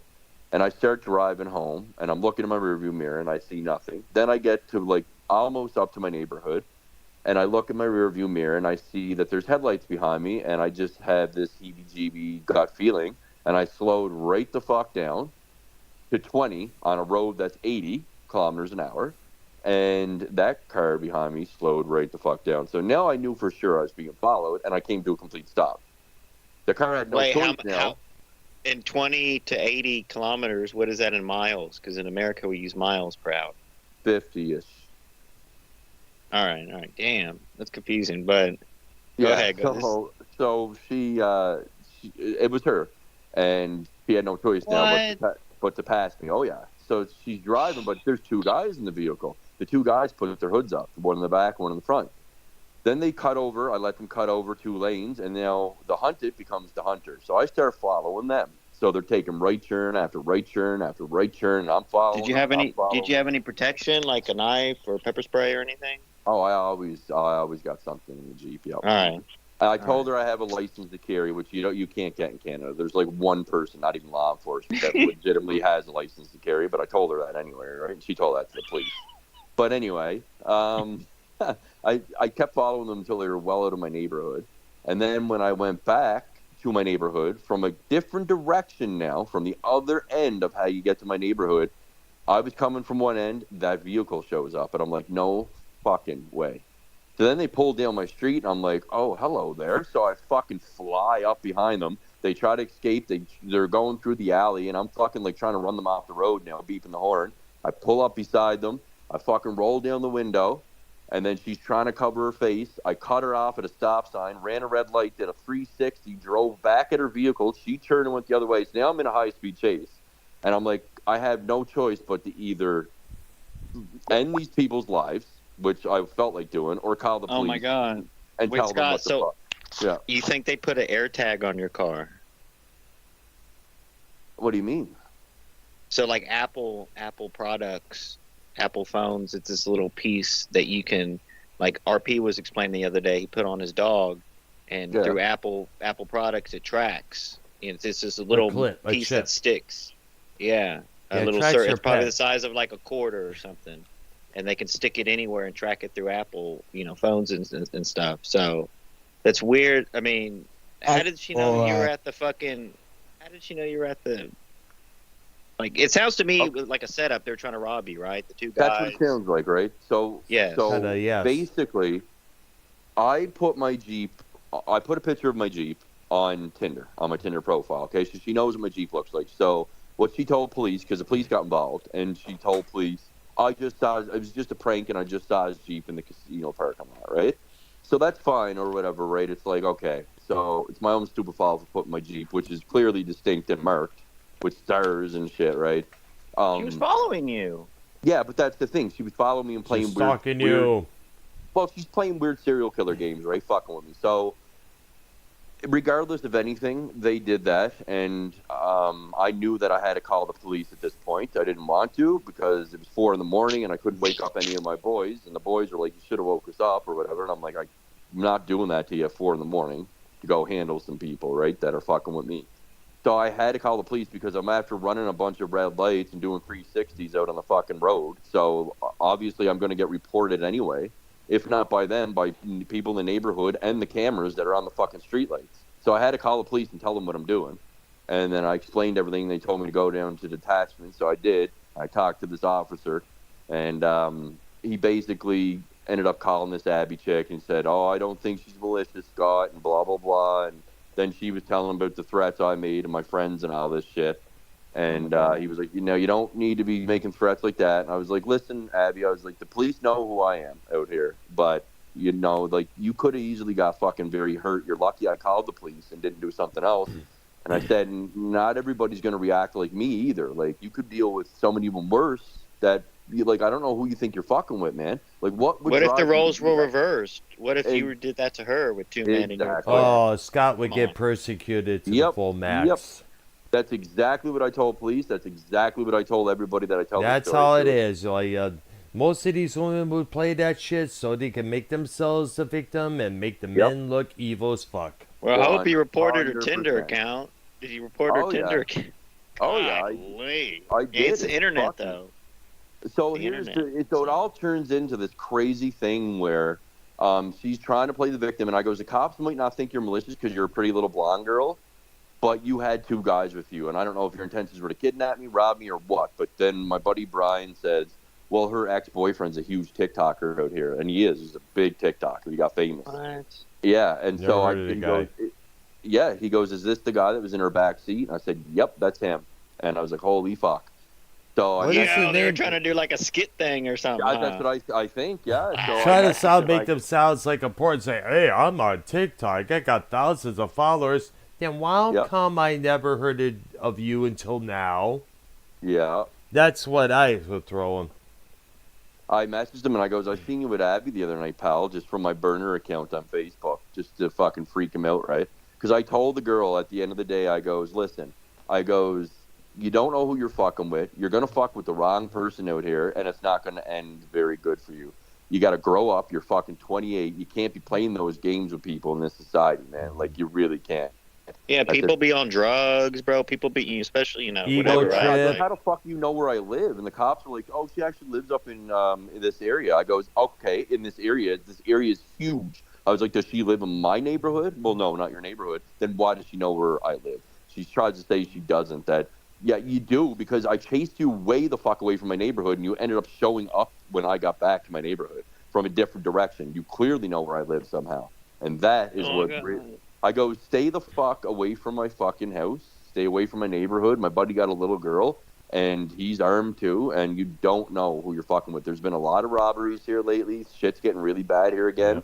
And you don't know who the fuck you're fucking with, man. I said, little girl, you better stay in your fucking lane. I'm telling you. If I see your car, I agree. Especially these. Be honest with us though. Will Quick Brown, did she ever like send you any news? Nope, nothing like that. We never had any kind of fucking inappropriate conversations. Nothing. All right. All that happened was she said that taxidermy shit, and I said, well, that sounds like some serial killer shit. I goes, I'm not trying to upset you. I'm sorry if that's mean, but that is an odd thing to say to somebody that you're just starting to talk to on a dating app, right? So obviously from the get-go, I was like, I don't know if you're just on here fucking with men or just fucking with people. Like trolling, right? Yeah. Right. Yeah, because she's obviously because she's a woman and she figures in this day and age I could get away with it. And she was right because the police did let her get away with it. And like you guys said, if that was me, I'd be still in jail right now. Yep. See, that's the thing. Like that's another thing for, your Rojas's, me and Scott, people on dating apps. If there's chicks on there that are like 10s, 11s, they're either fake or just on there to sell their OnlyFans or try to exactly. Yeah. Wire's got a point there. I cannot tell you how many times I've had bitches on the former Twitter and on Facebook, try to add me as a friend, get me to follow them. Get the Dr. Brown hardwood. Trying to get the hardwood from Dr. Brown. Yeah, I'm signed up for my OnlyFans, and yet, I said this before. I said this before. There are women out there saying things like, "I'm a woman. I take pride in myself. I'm independent." They can get men so easily. Exactly. It's so different. Exactly. Women can get Here's men, something else. men. I gotta show you this, man. This broad on X, the former Twitter that I mentioned, said something like, "Get this. Before you slide in my DMs, just know I've been wishing you would." I'm like, exactly. Like, but what do you got in your DM? Right, what do you got that's even worth sliding into your DMs? Find that, but Scott, so you did block her and everything reported. What about the chick at the work thing? What did that turn into? Well, I just wanted to say, too, on that note, with 20-year-old girls, like, there are a lot of girls. I matched with one the other day, man, that said she wants to be filmed, and she's, like, doing all this sexual stuff for TikTok. Oh, gosh. Oh, yeah. Oh, gosh. Avoid them like the plague. And look, and the big thing, the big thing in America, I don't know about Canada, and I'm not, being racist or nothing, but a lot of and this is another thing to be alarmed about you thinking these chicks are really interested in you for you. A lot of these chicks like the black meat. All right. Yep. The black and that's pipe, kind of the hard. chocolate eclair. The whole generation of you in the 20s, and maybe a little bit in your 30s, is all about this hip hop scene, the long nails. Yep. Which I don't like. I don't like the chicks. The with catch long me nails. outside type of girls. Yeah, it's weird. We've seen them all that we've been seeing all over the places. The white ghetto girls who try to act black. We've seen them all the time. A lot of these girls are like women power, like fucking anti-men. Yeah, exactly. That's another thing I cannot stand. They're all bi. They're all bi. Mm-hmm. Yep, they all try to be bi. Yeah. Bro, like, that's the girl at work, man. She's, like, actually kind of like a tomboy. She's cute and, like, got a beautiful smile. And she's a solid chick with tatties, which I love. But, again, she got this lesbian vibe. But she talked to her dick all the time because she was a pipeline girl and shit. And I understand that. I've dated pipeline girls. I get it. But, like, I'm actually a good dude that's, like, looking for a relationship. I'm not, like, a whore. And she's, like, wearing the pants over me kind of thing, man. And it's like, fucking bitch, you got to stop that belittling shit, man. Like, I'm not going to put up with it much longer. And just the gaslighting, man, like fucking flirting with me at work, making people think that I'm getting a hand job and the fucking equipment. Oh, yeah, bro. They were all asking me if I was dating her, and I'm like, no, man, apparently she don't date coworkers. She got me to ask her out to fucking turn me down and shit, man. And I told her all this today. I'm like, you really don't believe that you played these games with me, man? You think I'm reading into things too much? Because like they don't realize that until the last damn minute, because they're so caught up in this persona that, I'm a woman. I could get away with everything. She told me last night, she goes, yeah. She said last night, us women are crazy. I said, you got that right. So she knows the game she's playing. She was doing all this weird witchcraft Halloween tricks on me last night, like real head case shit. And I'm like, man, this shit is fucked. I goes, I don't know what guy hurt you on the pipeline or if it was multiple guys or what, but I'm not that guy. So, like, man, I wear my heart on my sleeve. I'm a fucking really nice person, and I'm a good worker and a team player. And you're rubbing everybody the wrong way. People are coming to me complaining about you left, right, and center, that you're acting like a supervisor. You think you're better than everybody. She's clearly got a narcissistic personality disorder, like extremely bad. But again, she is definitely sociopathic. And she got the crazy eyes that says it all. And she even admitted to that. She's like, yeah, I got them crazy eyes. And I'm like, yeah, and your mood's literally changed by the hour. Not by the day, by the hour your mood's changed. Oh, God. Yeah, how did she boss you around, though? Like, what do you mean? Like, this tells me what to do. I've been driving for 15 years. She's been driving for free. She's like a travel card and stuff. She's not even supposed to be really at our work. And, like, these women building futures and all this women power movement, like they get into these jobs like this. Yep. And, you know, and then they start preaching like women power. So she pulled this other girl away from me and made her best friend. And like, that's my girl. She was telling me, and I was like, yeah. She got mad because I called her girl a G because her girl kept a secret from me from her. And I was like, yeah, she's a G. And then the other night she opened up to me and she goes, I had your back too. I'm a G too. And I was like, I knew that bothered you, see? And then she went and did this gossip little shit with this girl, man. And she started claiming ownership on this chick at work, and I'm like, is she gay? Like, does she want to? Have you ever the women empowerment chick? Did you ever hang out with her off work hours? No, never. No, never hang with a women empowered chick. Never. Don't even if you never even banged her yet. Don't, and it's hard because she's at your work and you see her all the time. You gotta fucking, bro, the hand job shit. Like, I couldn't, bro. That I wouldn't even want to interact with that. To be honest, like.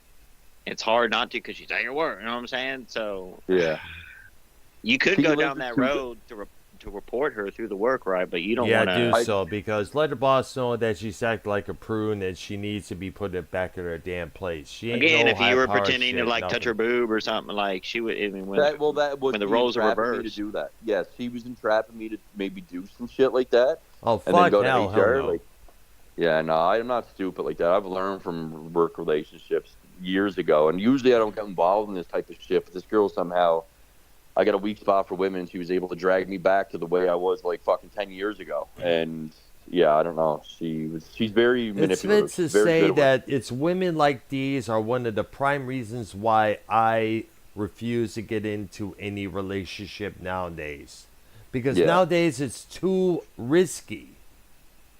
Too risky. It's along with the Me Too bullshit that occurred a couple of years ago. If any women are telling you about women power and that's my girl and us women stick together, anything like that, huge red flag. Stay the fuck away from them. Stay away from them. Stay the fuck away from them. And yet these are the same bitches who get on OnlyFans and ask you to subscribe to them. You're like, and yet here's something else. I mentioned this before. These are the same dumb bitches who talk about man will fuck anything that moves, but here they are sticking cucumbers up their twats and asses. 100% are old. Exactly. I'm just watching Sam Tripoli's podcast, and he was talking about this too. I believe that we're all interconnected in this universe and going through the same experiences at the same time, and we're all meant to talk to each other. And I like this is all by design, man, because it's crazy that Joe was talking about the shit Sam Tripoli was the other day too. So it's obvious that it's in the air and it's happening to multiple people. This is like a part of the simulation for real.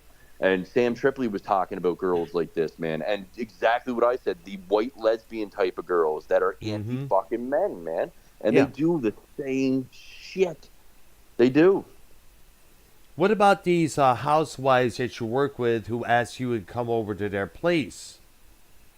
I got to tell you this story. This one woman, was trying to get me to do that. This woman... They're acting like women have this right now, like they feel like they're empowered. And the more dirty they act, the more empowered they get. The more dirty they act like men used to, right? Exactly. The more they feel. You know what? Who agrees with all this? There's a female in Canada. Her name is Chloe Roma. She has a YouTube channel called Roma Army Men's Rights that would agree 100% of what you're saying. Scott, you know her? I know, I do, yeah. Wow. Yes, get her on the call, man, if you can. We need to get this. What? Dr. Brad. Yeah, definitely get her on the call. I've seen her videos. I've seen her on the X app. I don't know her like that, or like get her on the fuck call. I'm not YR getting Penny Ball in here. Yeah, but then, since we're on the subject, I know she has a lot to say about this women's so-called empowerment bullshit. Well, we'll quick sidebar.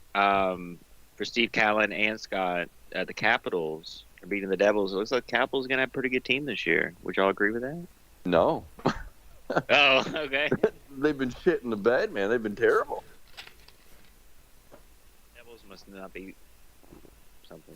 The Devils beat my Habs last night. I was very upset, but it was because the Habs were on a back-to-back. It's supposed to be good this year, too. Well, they were off to a hot start. They really shouldn't have lost that game to Toronto either. It's just Montreal gets these fucking weird schedules, man, where they're playing fatigued and stuff. So, yeah. I'm gonna go to the Toronto tomorrow. Nice. It'll be nice on that. All right. For Dr. Brown, get some hardwood for Dr. Brown. Back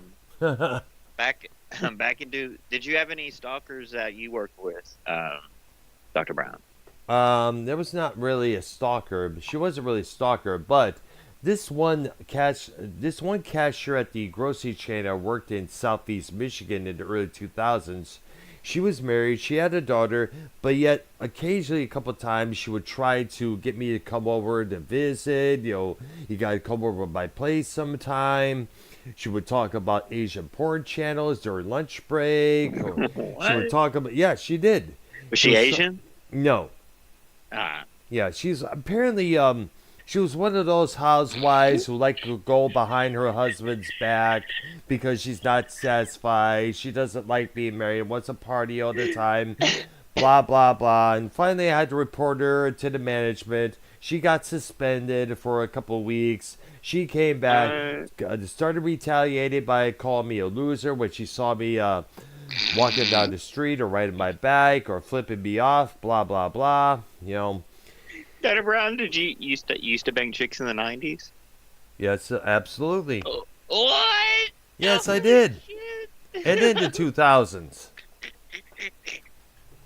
For 30 years, Dr. Brown. Yep, exactly. Bro, and look, this whole nowadays, and Scott hit it on the head with the whole like how men used to act, in the 90s, Yeah. Dominantly there in the mid 2000s, the South Park, the whole South Park, just way of, whatever, the dirty mouth talking and everything. Trucker mouth. Trucker mouth, you know what I'm saying? Mm-hmm. Talk like a trucker. Jacob RP Blackfoot on that, too. Yeah.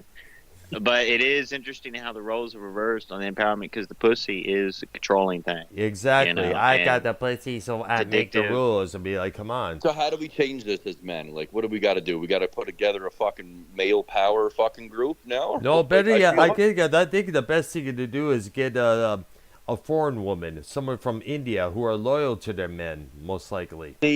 That's happening a lot now, Earl. And yeah, exactly. I've heard about it many times.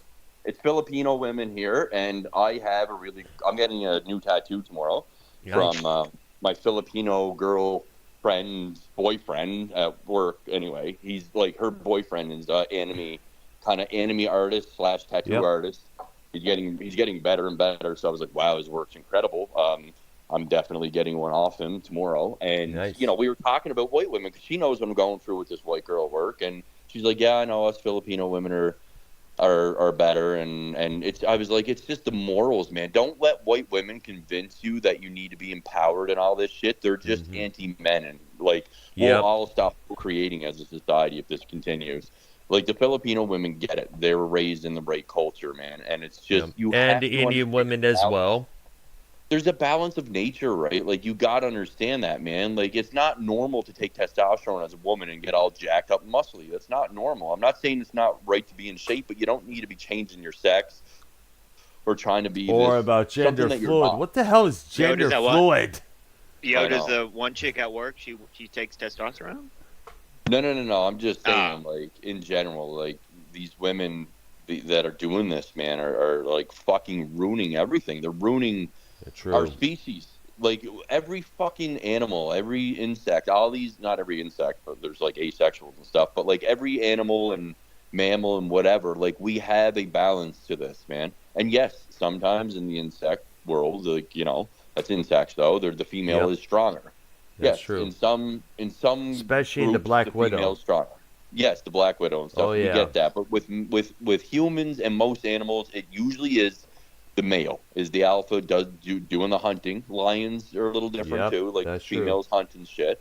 But like usually it's the male, right? And we are in a human species here. We're Homo sapiens, okay? We're not fucking cats and dogs, and you're going to identify as this and that. Like, fucking enough with the mental illness. We're humans, and we're meant to have the male as the hunter, the provider, whatever. I'm not saying women shouldn't go out and work and be independent. They should be.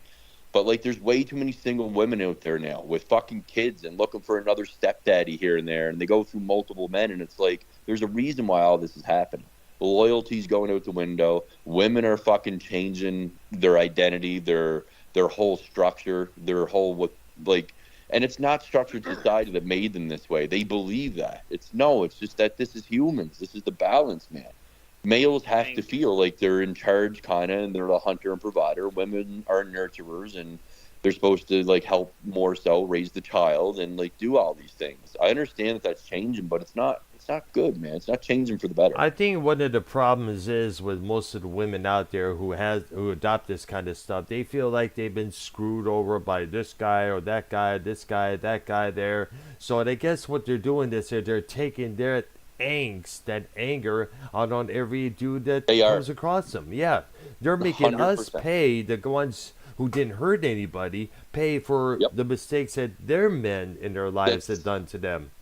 Exactly what BLM does and all these other radical groups. They do the same thing. They hold people to the past, and we're not our ancestors. And they make us all fucking and the pay. Same thing with the black race. I mean, like, little girl who hasn't done nothing, has no racial issues, she gets killed by a bunch of black dudes as way of payback for 3,000 years of oppression. I remember hearing about that in the news ages ago. And it's like, why make someone of today pay for something that happened in the past? All you're doing is bringing what happened in the past back to the fucking present time. You're not helping the cause. You're not doing yourself any justice. You're not doing your ancestors that are dead and gone any justice. You're literally just bringing back racism or stereotyping or sexism. Whatever these girls and groups are doing, they're all involved in it, and they're bringing back old school mentalities that were supposed to be eradicated from the planet. We were supposed to be evolving as a species, and now we're de-evolving again because these groups of people are sent here by the devil to fucking bring us back to this divide, conquer and divide. And people are falling for a rogue government trap. And I believe that aliens are in charge of this, and they have a lot of people fucking manipulated into this, and they're helping along with this division. Because we are apes together strong, right? And we're supposed to be together, all of us on this. And there's way too many people helping these rogue aliens fucking divide us, man. And I don't know if they even understand what they're doing. I don't know what it is. It's like it's been divided for a long time, especially here in the States. Especially during the Trump administration. That was atrocious as hell. I mean, like, this side's going off, this side's going off, that side's going off. It's like, geez, back in the day, you could have different opinions on politics, let alone abortion, but yet still hang out at the nearby bar, have a few brews, shoot some pool, hang out, sing karaoke together. Today, people don't even want to associate with you if you got a different political view. And exactly. It's like, I don't know where it came from. I don't know why it started. It's like, I think what cultism. It is. It's cultism. People are developing their own little cult now. They're like, okay, you don't believe in my ideology. You don't have the same thought process as me. Okay, I'm going over here. Oh, I see now on Facebook. If you support this candidate, you can remove me as your friend. It's Facebook like, bye, is bitch. Answer for that shit. Yeah. Yep. It is. Like, when I was in the firearms training course, they were like, bring up this argument, bring up that argument on Facebook, and then bring up this and that and this bill and bring up that, and watch the fucking arguments that happen. And it is crazy. And I'm like, that's why I get off social media. Here in Canada with our fucking insane firearms. You know what? I got to advocate this. I think women today need to lay off of social media, especially the ones that are seeking attention with all these, provocative photos they put on the former Twitter, trying to do these selfies with these nightgowns on, with these stupid captions up above saying, what would you do if I was in your room right now? I'd like, throw you off the cliff, throw you off the balcony. Yeah. And then shoot her with an AR-15, right? Yeah. Oh, jeez, man. But you know what? On that note, Joe Cronin here, everybody. Joe Cronin, welcome to the show. if that gets to that point, may have to. We don't have to add Joe in on that now. I'll tell you, we don't got any self-defense here in Canada anymore, at all. They've completely eliminated it, which is crazy. You have to use something that's not considered a deadly weapon, a fire extinguisher. If a guy breaks into my house with a gun, I gotta use a fucking bat or a fire extinguisher or something like that. I can't. It's just crazy, man. I know. I gotta get out of this country. Yeah. Oh. Which country do you plan on going to? America. There's nowhere else to go. Where else are you going to go? I mean, seriously, come on. Nobody, people got to realize that as bad and evil as America is and it's turning, there's still half of that country that's not. That still does withhold the Constitution as much as they're trying to burn it down. Still half of that country is the best spot to go. You know what I mean? There's certain states that are great. You're not going to find that in any other country in the world. You're just not, man. People have to understand this corruption is spreading through the world everywhere, and that half of America is the world's last hope. I know. And half of Canada, but us people in Canada that are freedom fighters are getting fucked royally. So, I know. Bank accounts frozen, thrown in jail, yeah. Exactly, and that's pitiful. It's pitiful as man. Fuck, man. The political prisoners, it's happening. Your guys' insurrection, man. Look what happened to Owen Schwartz. Now he's going to do prison time, and it's kind of fucked up that InfoWars can't even pay the guy. Alex Jones said, we can't even pay you while you're in there because I don't handle the finances. That is fucking crazy. And that Alex Jones didn't go to jail, but Owen is. I find that weird, to be honest. That is. Everything is weird nowadays. Way weird. Well, Dr. Brown, because we didn't get really any opinions on this one. But Dr. Brown, the RP situation, there's no more chaotic. Yeah, pretty much on that. Didn't he say that before? And next thing you know, there was more episodes coming up later on. Well, he's lashing out at his co-host, and that'd be like if you woke up one day and was just shitting on me and Art and Prince and everyone who's on the shows, and it's just come out of nowhere and so aggravating. All right, so what's up with RP's nowadays? Because you remember he was on the call with me and Ark one time. He's saying why chaotic behavior died out, and next thing you know, a short while later, RP went live with this show. Once again, he did it before. It's an oxymoron, brother. Did you? Well, he did. Well, Junebug was on the program today, and he explained the situation on that. Yeah, we got to have Junebug on our shows sometime soon, man. But it makes in the community, there's a lot of people that you think are cool, but they're really psychos. It's weird. A wolves in sheep clothing, like that chick that chased down Scott, bro. Yeah, there's a lot of it, man. It's just I know. Whatever. Online, it's just. You hate to see it happen in real life. Online, you can kind of somewhat deal with it to an extent and think to yourself, okay, well, they might be amping it up a bit because they're online. But when you experience it in real life, that people actually have the balls, especially a female, to do what she did to a guy like me. What would make a girl like that look at a guy like me and be like, he looks like I could fuck with him? Because I don't come off that way at all. But the fact that two guys with her made her brave, right? Entitlement, that's what it is. Entitlement. If that was just a dude, though, would you have pulled him out of the car type deal and really gone harder? If it was a man. Yeah, I would have. Yeah. Yeah, I would have. Yeah, but there was two guys with her. It's just that, you know what I mean? They were scared of me more than I was scared of them. That was clear, and there was three of them and one of me. For real? Really? So they were fucking freaking out, dude. I was going psycho on the road. If that was America. And I had a firearm. I'm just saying, bro. People get killed over that shit. Especially the following thing. Yeah, the following thing's weird. The RCMP officer in our firearms course the other day told us a story about America and some bikers. And one biker pulled up to another one or something and cut him off or whatever happened. And then the guy get out, with his pistol and said don't fuck around, blah blah blah. Never pulled it out per se, kind of grabbed the handle.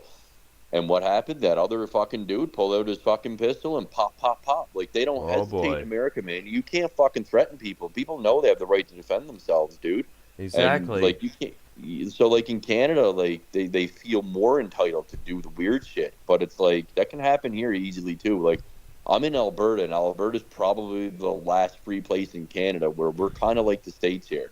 And we do kind of get away. Sometimes we're able to get out of it in court of self-defense shit. BC and Alberta. And it happens from time to time. But, you know, like, this is the broad. We're very conservative here, man. Like, Republican, you know, but we call it conservative. But, like, we are very right-winged here. And yes, exact. Conservative is what they have in Canada, folks. They don't have no Republicans or the Democrats in the Great White North. It's conservative or liberal. Nothing else. So, yeah, I'm just saying, like, that girl, man, she had some balls to do that shit at 4 a.m, man. I don't know what the fuck. And like you said, like, for her to have balls like that tells me that they are malicious. And the fact she had 2 guys with them, that they were going to rob me or kidnap me or something, right? Yeah, it's pitiful because, you know, they're degrading the entire women's world. Did you ask the RCMP if you could do a restraining order on her? I didn't, because it didn't get to that point. He's like, just leave each other alone, have a no contact order in place, and leave each other alone, and like, you can't be saying the things that you're saying to her. I was like, I know that you're seeing what I'm saying to her too, because she fucking did all this shit. I was like, you know that I don't really have a license to carry, because one person in Canada has it. No one knows who it is. You don't have freedom of speech? Not as much as America. No, not There's no more. no Bill of Rights in Canada. No, and our freedom of speech is getting more and more strict here of what you can and can't say. I can't believe they didn't press no charges on her. No charges, bro. Like what? That is insane, dude. It is. It's fucked. They looked at me right, like, you know, here's a renegade, here's a fucking, you know, and here's the pretty little blonde girl. He doesn't understand that there was 2 dudes in the car with her. Even though I explained that and everything. Like, to them, it's like, you know, despite him seeing all the messages, I showed him everything in full detail. He said, all right, he's like, I get it. I've had women like this too, kind of stalking me, he was telling me. Like, so he went through this, you know. But still, as a man, he's still like, you know, come on, it's a girl. Like, he was like, are you okay to go home? I'm like, I'm a big boy, I can handle myself. But, like, dude, you might not think she's malicious. You weren't the victim here. You weren't in my situation. So she just better not come around me, man. That's all. I hope she pays attention. That is, I think, the craziest. That is the craziest story I've ever heard on in this community. I think. To be honest with you, it's the craziest thing that's happened to me in quite some time. Yeah, that is wild, dude. It is. You don't know what you're fucking meeting out there, people, on these dating apps, man. So be very careful. Be very careful. I don't go on them. No. I mean, I left all social media, but I still got a date. And, like, how do I date as a 38-year-old? Obviously, no one wants to fucking date at work because that's work drama. And it's hard. And guys, like, going out and even at the concerts and bars, being played into it as well. We've seen that happen. Yeah, like at the bars and everything, and going out, and even at concerts, guys. It's not like you think it is. There's more couples that go out than like single women. TBH or like a group of women, and it's different. And it used to be different. All the couples used to stay at home and watch movies and not go out to the bar. Now it's the other way around. I mean, maybe you get lucky and find like a threesome couple type deal. There's a lot of those out there on these dating apps. I'll tell you that. A lot. Oh yeah. You would never dabble into that, Scott? No, I can't. No guys, bro. No, fuck that shit. No, not doing guys, but like. Well, what about 2 women? Yes, 2 women. Oh, obviously, yeah. Not you doing guys, but like the husband lets you. Even when the husband fucking her at the same time I am, or watching me, no, man, I'm not doing that. Listen, I'll be honest with you. When we were in high school and shit, in college, we did do that. Like, there was a tag team list in my hometown of what girls like to be tag teamed and all that shit. Like, it was a big thing. So I've done a lot of it, like fucking girls with other guys and shit, right? That was in our fucking early 20s and teens, though, man. Like, I would never do that shit no more. That's some fucking I can't. You ever, it's weird. Steve Callan, you ever fuck one girl with 2 guys? Just like a Steve. Steve. Is he Oh, still here? sorry. There Yeah, you are. yeah. No, Hmm. I AEW didn't. right now, Prince, unmute yourself, dude. Thank you. and have a Russian AEW guys. It's been a boring show, I think. Steve Callan, you agree with that? It's been all right, or It's been a It's a- good show. no? Pretty good. AEW, Brian, you're not. Oh, watching okay. it. I didn't hear you. I wasn't paying attention to AEW. I'm paying attention to the show we're doing right now. Brown, did you? That's why you have to really like talk to the chick for a long time. Like for me, sometimes that happens. Sometimes it's like a 1-2 day deal when they want to. It's usually just hookups, right? The first time meets, and we do it, which could be dangerous on that. But I do have my senses, and that usually works out, for me on that. Never been robbed, like set up type deal. I know what to look for. I know, like, how the chick talks, how she looks. If she looks all ghetto, I stay away from that. Oh, fuck those women. TBH, you know what I'm saying? I do go, Scott, for the, I wouldn't say bigger women, but, the thicker, Like, if they're young enough, I guess, that's a bad thing to say, but if they're in their fucking 20s and shit, like, if they got good skin still, okay, is what I'm getting at. If they got good skin still and they're a bit chubby, it's fine because they got no blemishes or, like, cottage cheese or stretch marks, right? A chubby chick's not bad in their 20s, man. And a lot of them, like, are cute, and if they're cute, man, I'm all for it too, bro. You don't like the older chubby chicks? No, man, because, like, like the matures? Like, creases and crevices and smells and stretch marks and dimples and cottage cheese and when their belly sticks out more than their boobs. Yeah, they have to be still like of good skin. Dr. Brown, what would you have done in the situation if you were being chased down by a chick? Like, well, I just call the cops. that is the craziest. I don't know, bro. If maybe I would have thrown rocks at the car. I don't know. The boys are mad that I call the cops. The guys I hang around with are mad that I call the cops because they're not cop collars, and I get that, right? And I'm like, you have to understand my situation, though. I'm not waking you all up out of bed at 4 a.m. Number one, I'm not putting you all in jail, and we're all going to jail over fucking some bitch that's pranking me and fucking gaslighting us into a situation where we do something. I'm not going to be held responsible for that, right? So you have to understand that, and you have to understand why I'm calling the police, because obviously either they were about to report me, and then all of a sudden I'm not the victim anymore, I'm the villain, or the cameras got me doing all that shit, driving erratically, reckless driving, the whole nine, and I was like, I have to take accountability and tell the cops what I'm doing right now.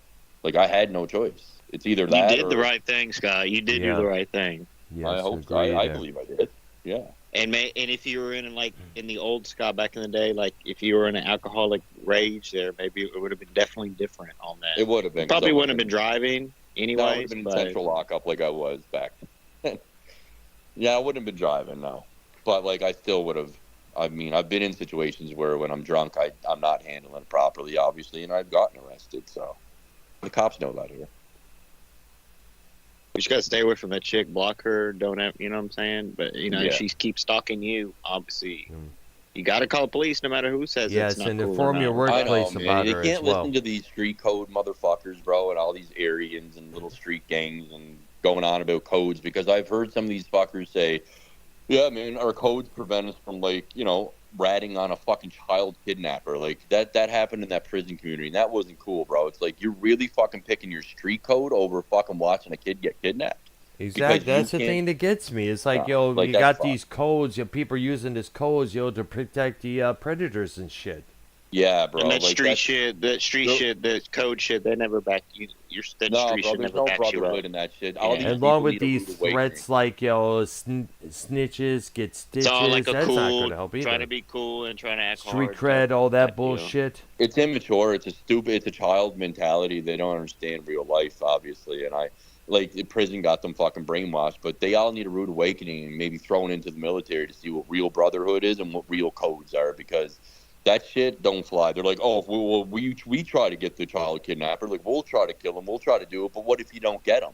And that was the situation with this one specific situation. They didn't get him. They couldn't get him. They weren't able to track him down. So at that point, you got to report it to the police, bro. If you can't do something about it, fuck your code. You got to call the police now because a kid's involved, bro. Your kid just got kidnapped. You're really going to fucking live with that on your conscience? If you can, then you should just go join the MS-13 where they kill kids and kill their own family members. Just go join fucking Lucifer Club, the fucking Satanic Blood Sacrifice Club. Just go fucking do it yourself. You might as well, because if you're not going to go out of your way and do anything you can to save a child like that, then you're a fucking evil cunt.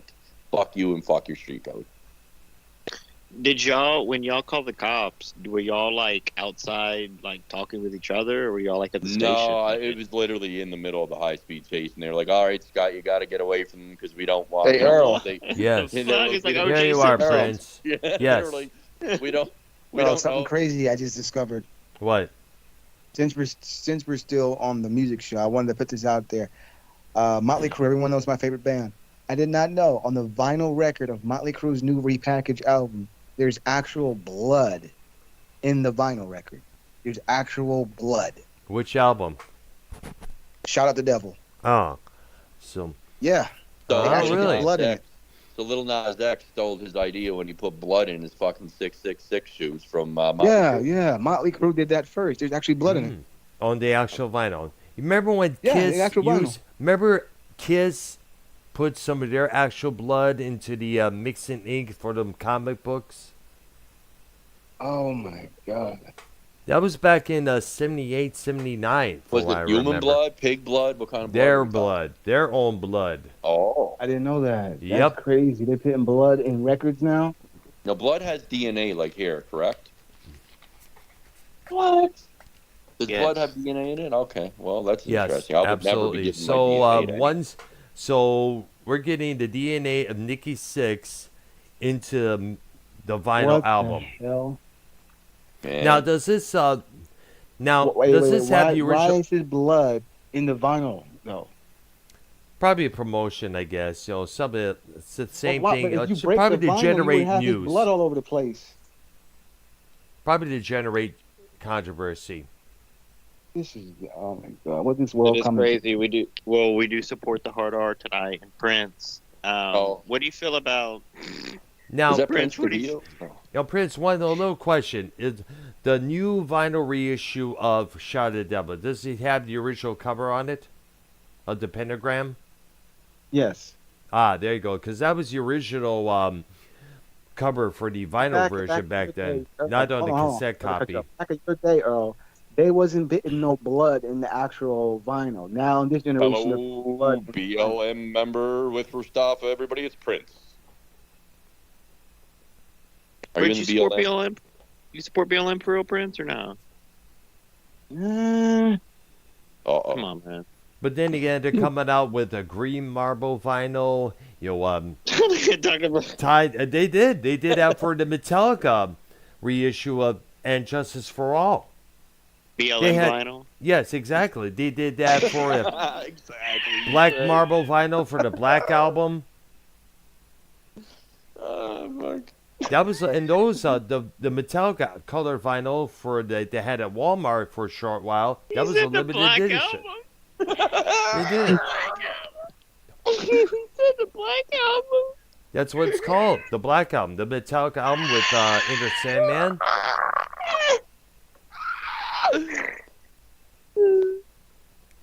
Oh my god, crazy. That is the BLM album, the Black Album.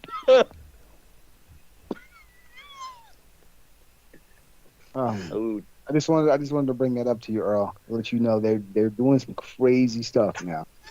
Yep, anything for publicity. but never Remember, when it controversy first always came out- sells. Hold on. Hello. Yep. Never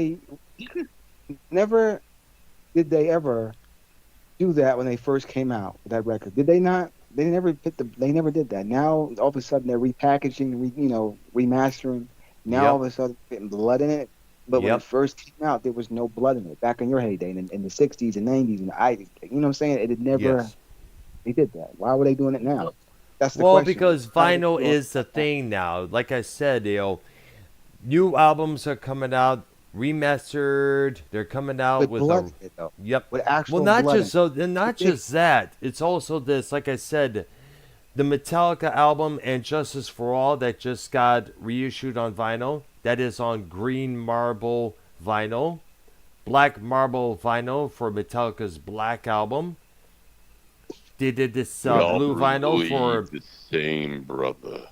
This is a sign of the times, man. This is a sign, man. I promise you, this is a sign. Well, can you get those albums right now? Is it well, like if new? if you can, because I'm just hearing about this right now, but I'm not surprised that it's coming out like this because they've been doing this with selected vinyl releases, clear Remember vinyl. when Jimi like Hendrix sacrificed a ghost?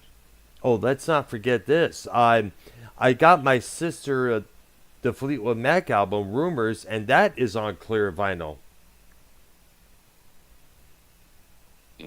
Many albums from the past, like Diary of a Madman's, been reissued on color vinyl. The matchy color, the main color of the album cover. They did that with Master of Puppets, Ride the Lightning, the Black Album, and Justice for All, Saint Anger included. Yeah. That's how they're doing it nowadays. It is. Dr. Brown, are you gonna bend the knee to the women of the internet? Nope. Basically, what I'm trying to get to here. Because the women of the internet need to are attention-seeking hoes. That is true, though. It is. Especially on X, as I stated earlier.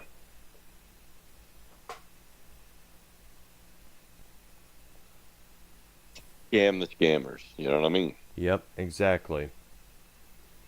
I mean, I cannot tell you how many times I get these dumb broads with the unpronounceable names posing by their buildings, their luxurious apartments or houses in some sexy bikini, looking out in the sunrise. I got the malicious behavior album on vinyl actually. Malicious Really? behavior. Nice. Nice. Who is hotter, the chick with the dead stuffed dog or the chick at work? The chick with the dead stuffed dog is hotter per se. Depends on what you're into, but yeah, I would say hotter because the girl at work, everybody's like, I can't stop staring at her nose, man. She's got like one of these big Jew noses. Really? Yeah. Man. Yeah. Big mellow yellow nose on her, big hogger, you know. I mean, I don't mind the noses. I'm not picky like that. I'm not either, man. Like not when it comes to noses. I'm not Jerry Seinfeld, but you know. I got a good rack. You know what I mean? Yeah. Well, this girl's. I don't need the tits, man. She's like long legs and an ass. That's all. And a good smile. You can't do man. a flat ass. You can't do a flat ass. Nah. The smile and the booty got to be there. As long as the smile and the booty's there, man. Good hair. Yeah, that's about it. And good attitude. Well, yeah. That's what matters to me. So you can't be. Well, that's harder to find. So you can't be too picky because finding a girl with a proper attitude in this generation is damn near impossible. That is true, unfortunately. Yeah. You know, Earl. Yeah. If they can, I was just telling my nephew, if they can put blood in the vinyl, just imagine what the next step can be. They're gonna start putting pee. They're gonna start putting like shit. I said, They're gonna start doing all types of crazy stuff. Yeah.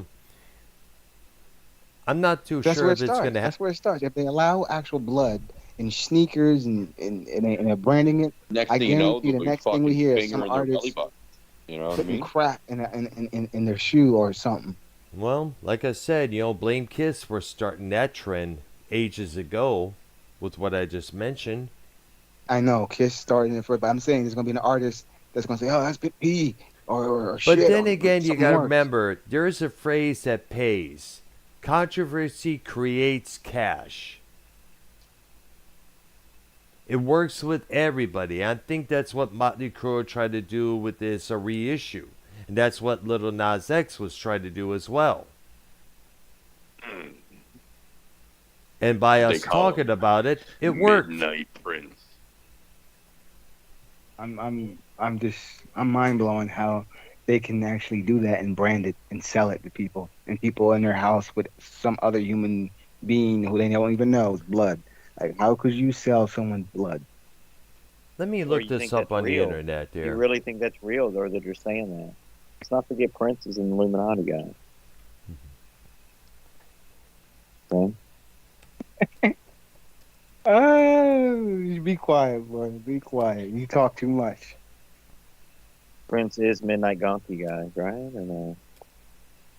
Dude, you talk too much. You talk too much. You need to learn how to zip your lip. You say the wrong things, man. You say the wrong things at the wrong time. Just listen. Just listen for once.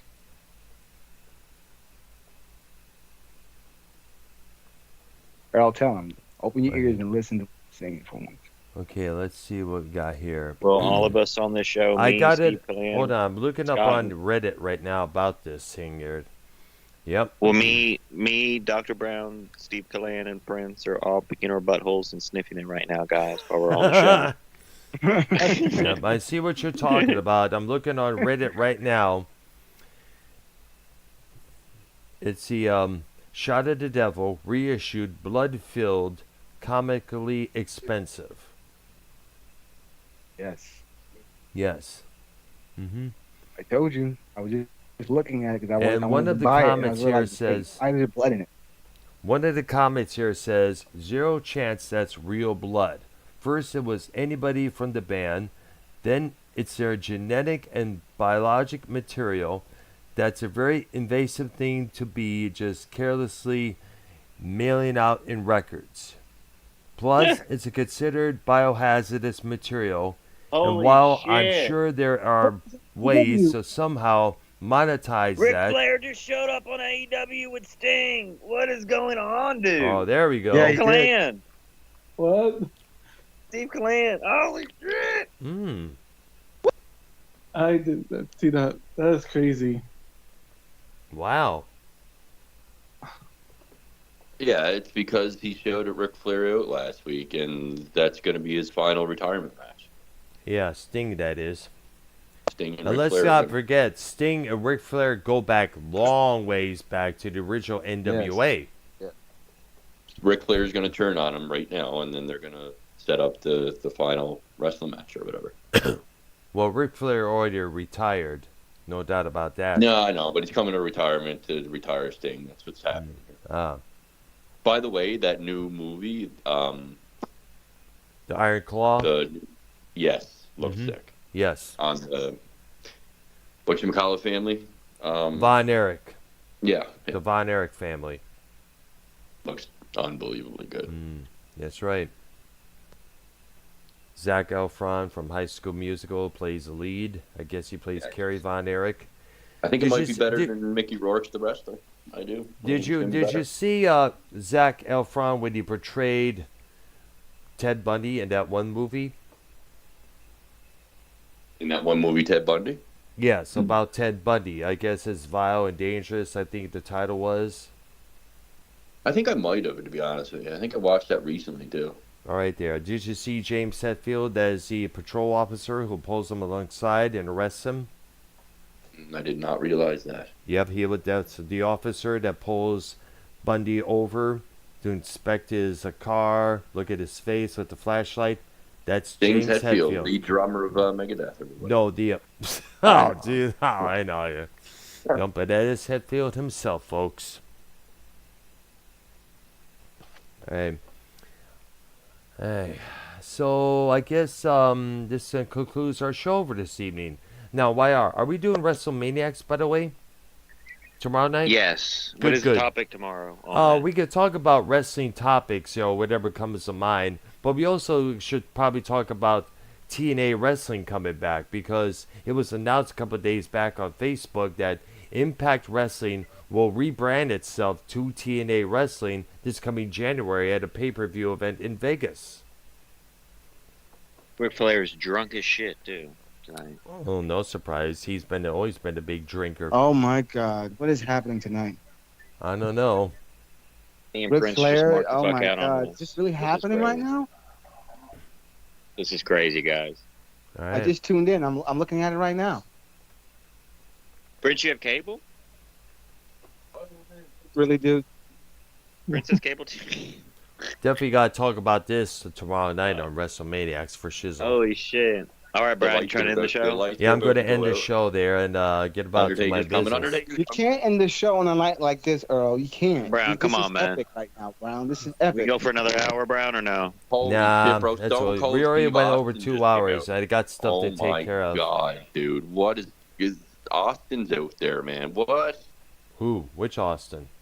Stone Cold Steve Austin. Come on, we got to do another hour on this, Brown. Come on, man. Nah, that's not. Wow. I need a show right now. But we'll be back tomorrow night for WrestleManiacs for shizzle, and we'll definitely Okay, we'll talk talk about about Everyone go to the Sting and Chicken Ric Flair on Warrior. WrestleMania tomorrow. The Warrior.